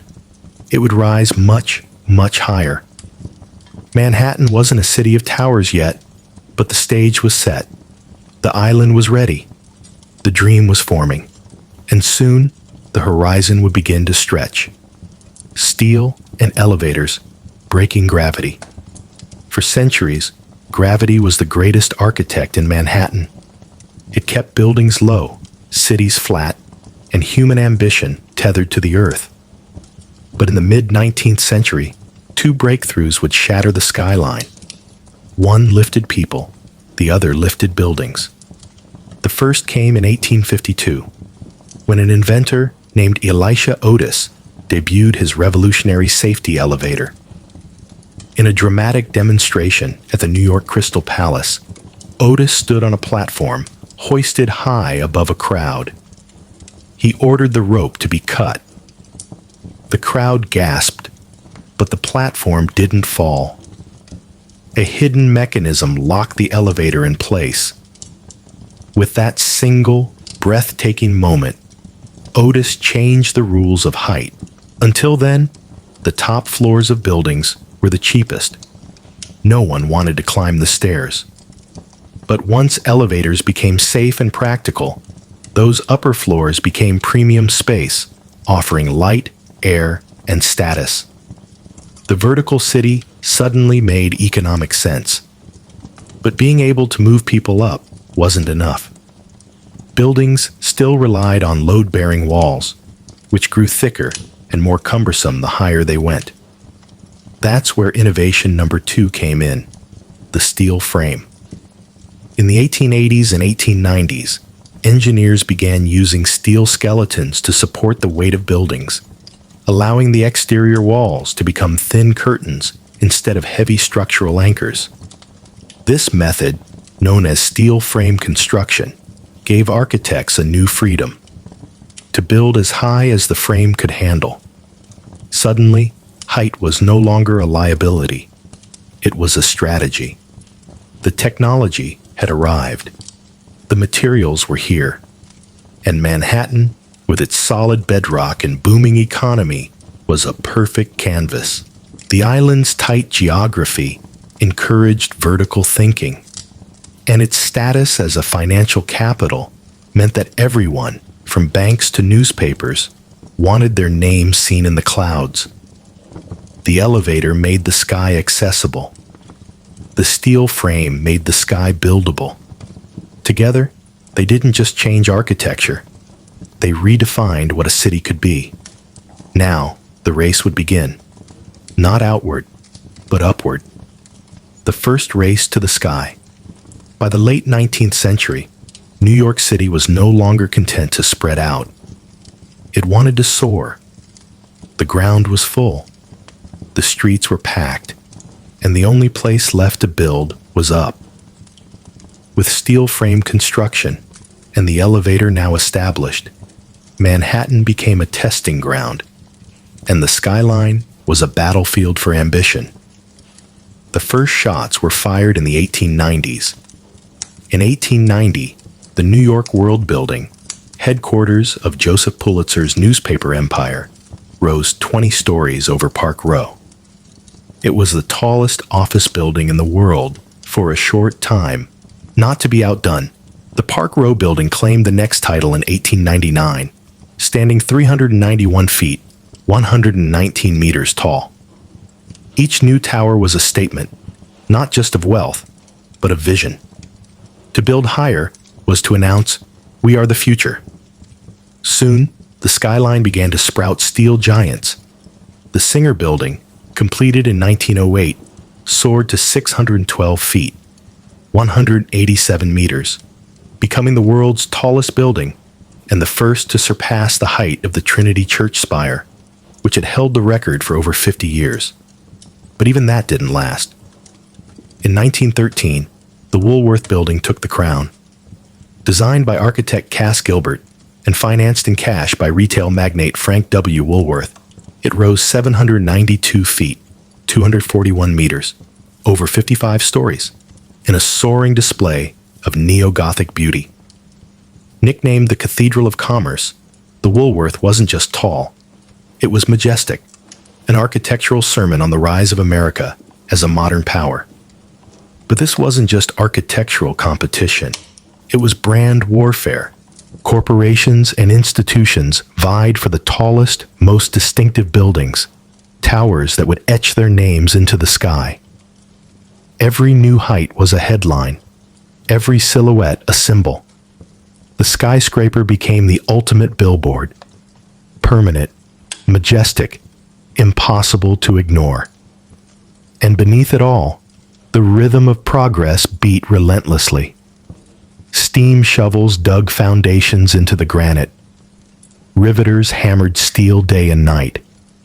Immigrants and ironworkers balanced on steel beams hundreds of feet above the ground, with no safety harnesses, only courage and determination.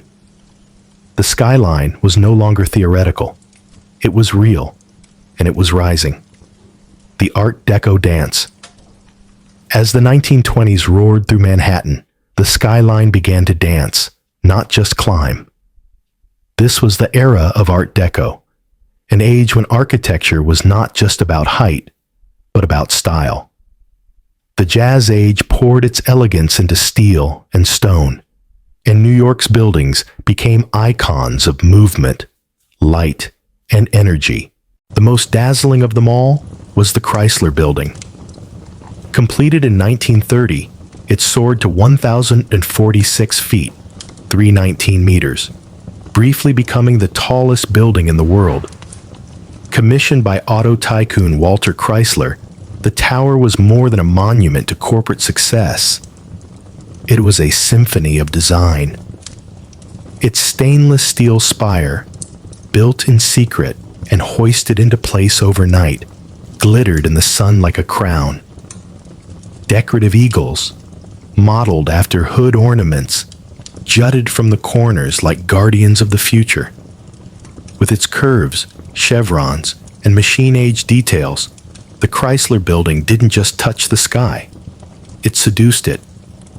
But the race wasn't over. Just a few blocks away, another giant was rising. The Empire State Building, completed in 1931, in the depths of the Great Depression, stretched to 1,150 feet, 381 meters, stealing the title from Chrysler and holding it for nearly 40 years. Built in just 410 days, with thousands of workers laboring through wind, snow, and steel dust, the Empire State was more than a building. It was a message. New York endures. While much of the country was struggling, Manhattan reached up, and its buildings reflected the dual identity of the age. Elegant but aggressive, optimistic but competitive. The Art Deco style captured the era's contradictions. Geometric yet graceful, modern yet steeped in myth. The towers weren't just functional. They were sculpted, glowing at night like beacons of possibility. And yet, beneath all that glitter, there was a purpose.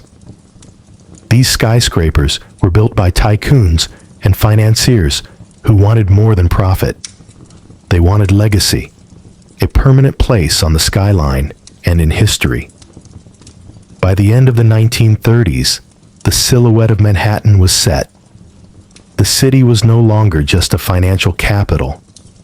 It was a cathedral of ambition, a skyline that didn't whisper progress, it shouted it. The corporate era. After World War II, the Manhattan skyline entered a new phase, one that was less decorative, more corporate. The elegance of Art Deco gave way to glass, steel, and straight lines. America was now a global superpower, and New York was the head office of that empire. The skyline adapted accordingly, not with ornate spires, but with monuments to efficiency. In 1952, the United Nations headquarters rose beside the East River, a daring glass box of a tower, flanked by low marble wings. It signaled a shift in tone. Global, diplomatic, futuristic. It wasn't just a building. It was an architectural statement about international order in the atomic age, and it set the tone for what would follow. Next came Lever House in 1952, and the Seagram Building in 1958, both defining examples of the international style. These towers, with their reflective glass walls and steel frames, were designed with minimalist rigor. No decoration, no sentiment. They didn't look like cathedrals or castles. They looked like machines. Precise, modern, and ruthlessly practical. The Seagram Building, designed by Ludwig Mies van der Rohe, was particularly influential. Its bronze-tinted glass, uniform grid, and open plaza introduced a new kind of urban presence. Not to impress with flourishes, but to project order, discipline, and power. This was corporate architecture at its peak. Cool, beautiful, and authoritative. As business boomed, so did the skyline. Midtown became the hub of corporate America. Banks, media companies, law firms. These new skyscrapers didn't compete on beauty. They competed on square footage, on location, and on presence on the horizon. Gone were the soaring spires and gargoyles. In their place were mirrored monoliths, anonymous giants that reflected not just the clouds, but the ambitions of Wall Street. And yet, in their silence and simplicity, these towers spoke volumes. They told the story of a country obsessed with growth, precision, and modernity. They shaped the corporate era, defining the look and feel of cities across the globe. But even amidst all this glass and steel, one thing remained true. The skyline was still a symbol. Only now it whispered power instead of shouting beauty. The Twin Towers.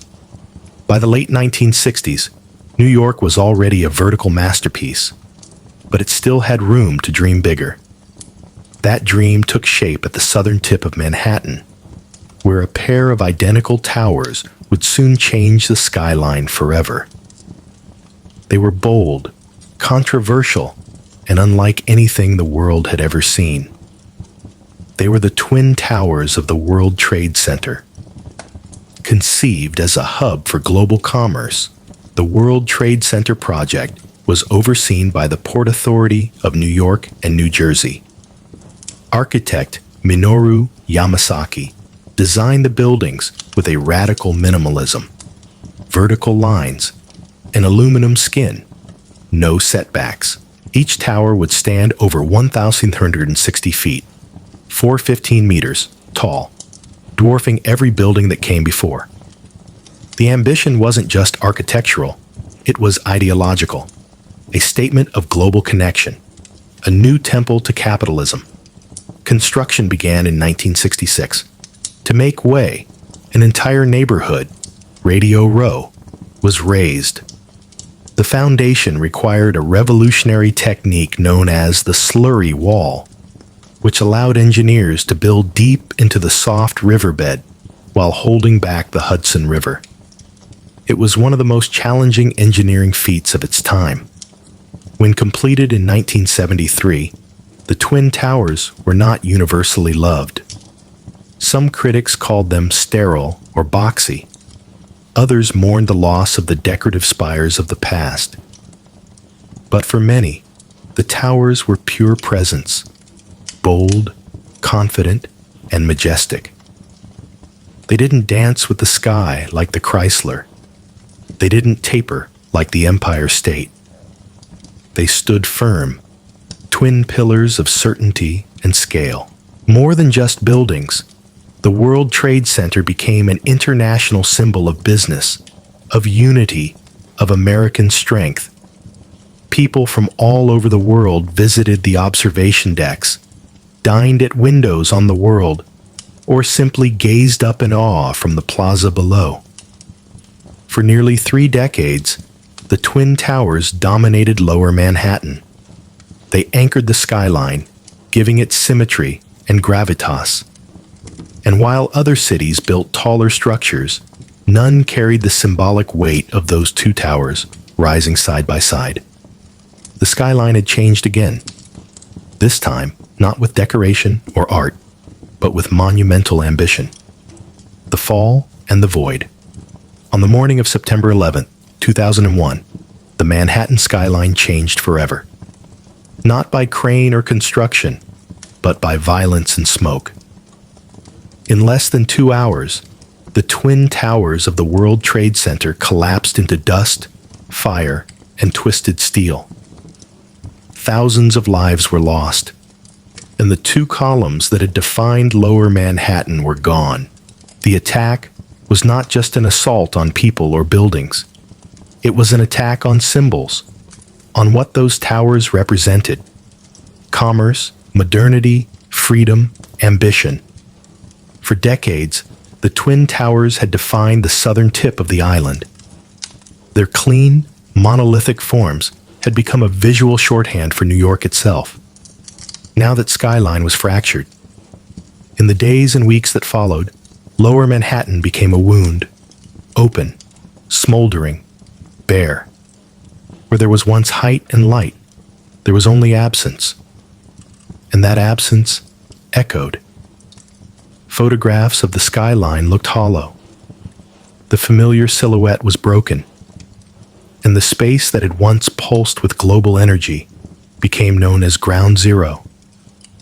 For the first time in a century, Manhattan wasn't building up. It was grieving. The city mourned, but it also endured. Steel workers, firefighters, police officers, and volunteers poured onto the site, not to build, but to recover. The rubble was cleared. Lives were honored. Silence replaced the clang of iron. In a city that always rushed forward, this was a forced pause, a long breath held in collective pain. But even in grief, New York did what it always does. It looked up. The discussions about rebuilding were complex, emotional, political. What should replace the towers? Should anything be rebuilt at all? Could the skyline be restored without erasing the loss? For years, the hole in the ground remained a reminder of what was and what had been taken. It became sacred space. Yet slowly, plans emerged. Designs were drafted.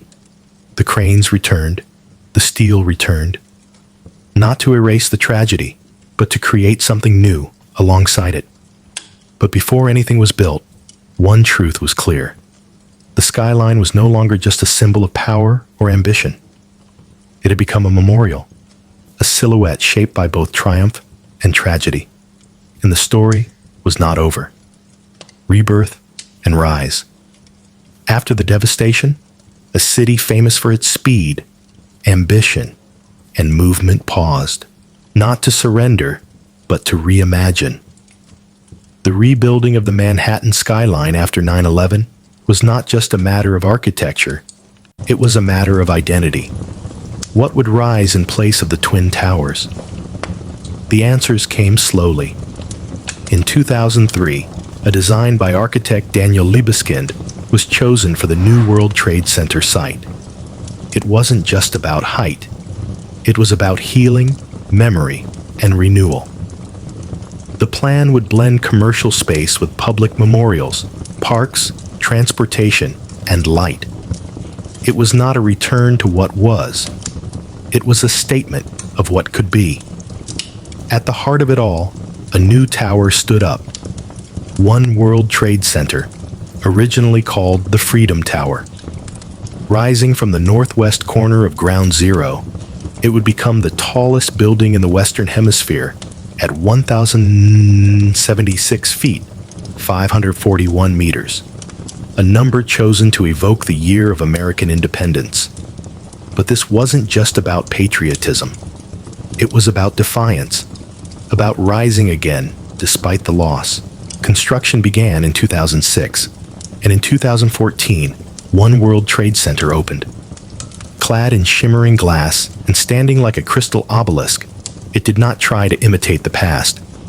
It offered something new, reflection, both literally and figuratively.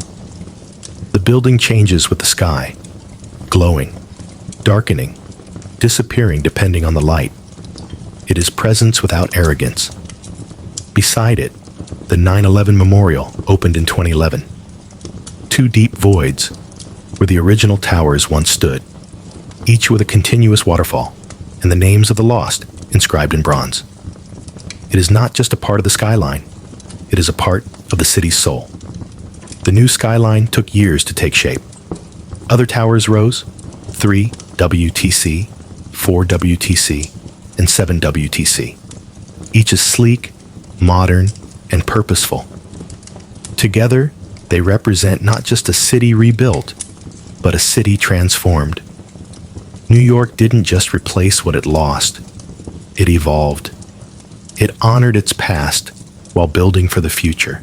And in doing so, it reminded the world of something deeply American and deeply human. You can knock a city down, but you can't stop it from rising. The skyline. Today and tomorrow. Today, the Manhattan skyline is not just a collection of buildings. It is a living symbol of ambition, of resilience, of the American dream. No other silhouette in the world carries so much weight. It is etched into popular culture, history, and memory. You can draw it with 5 lines,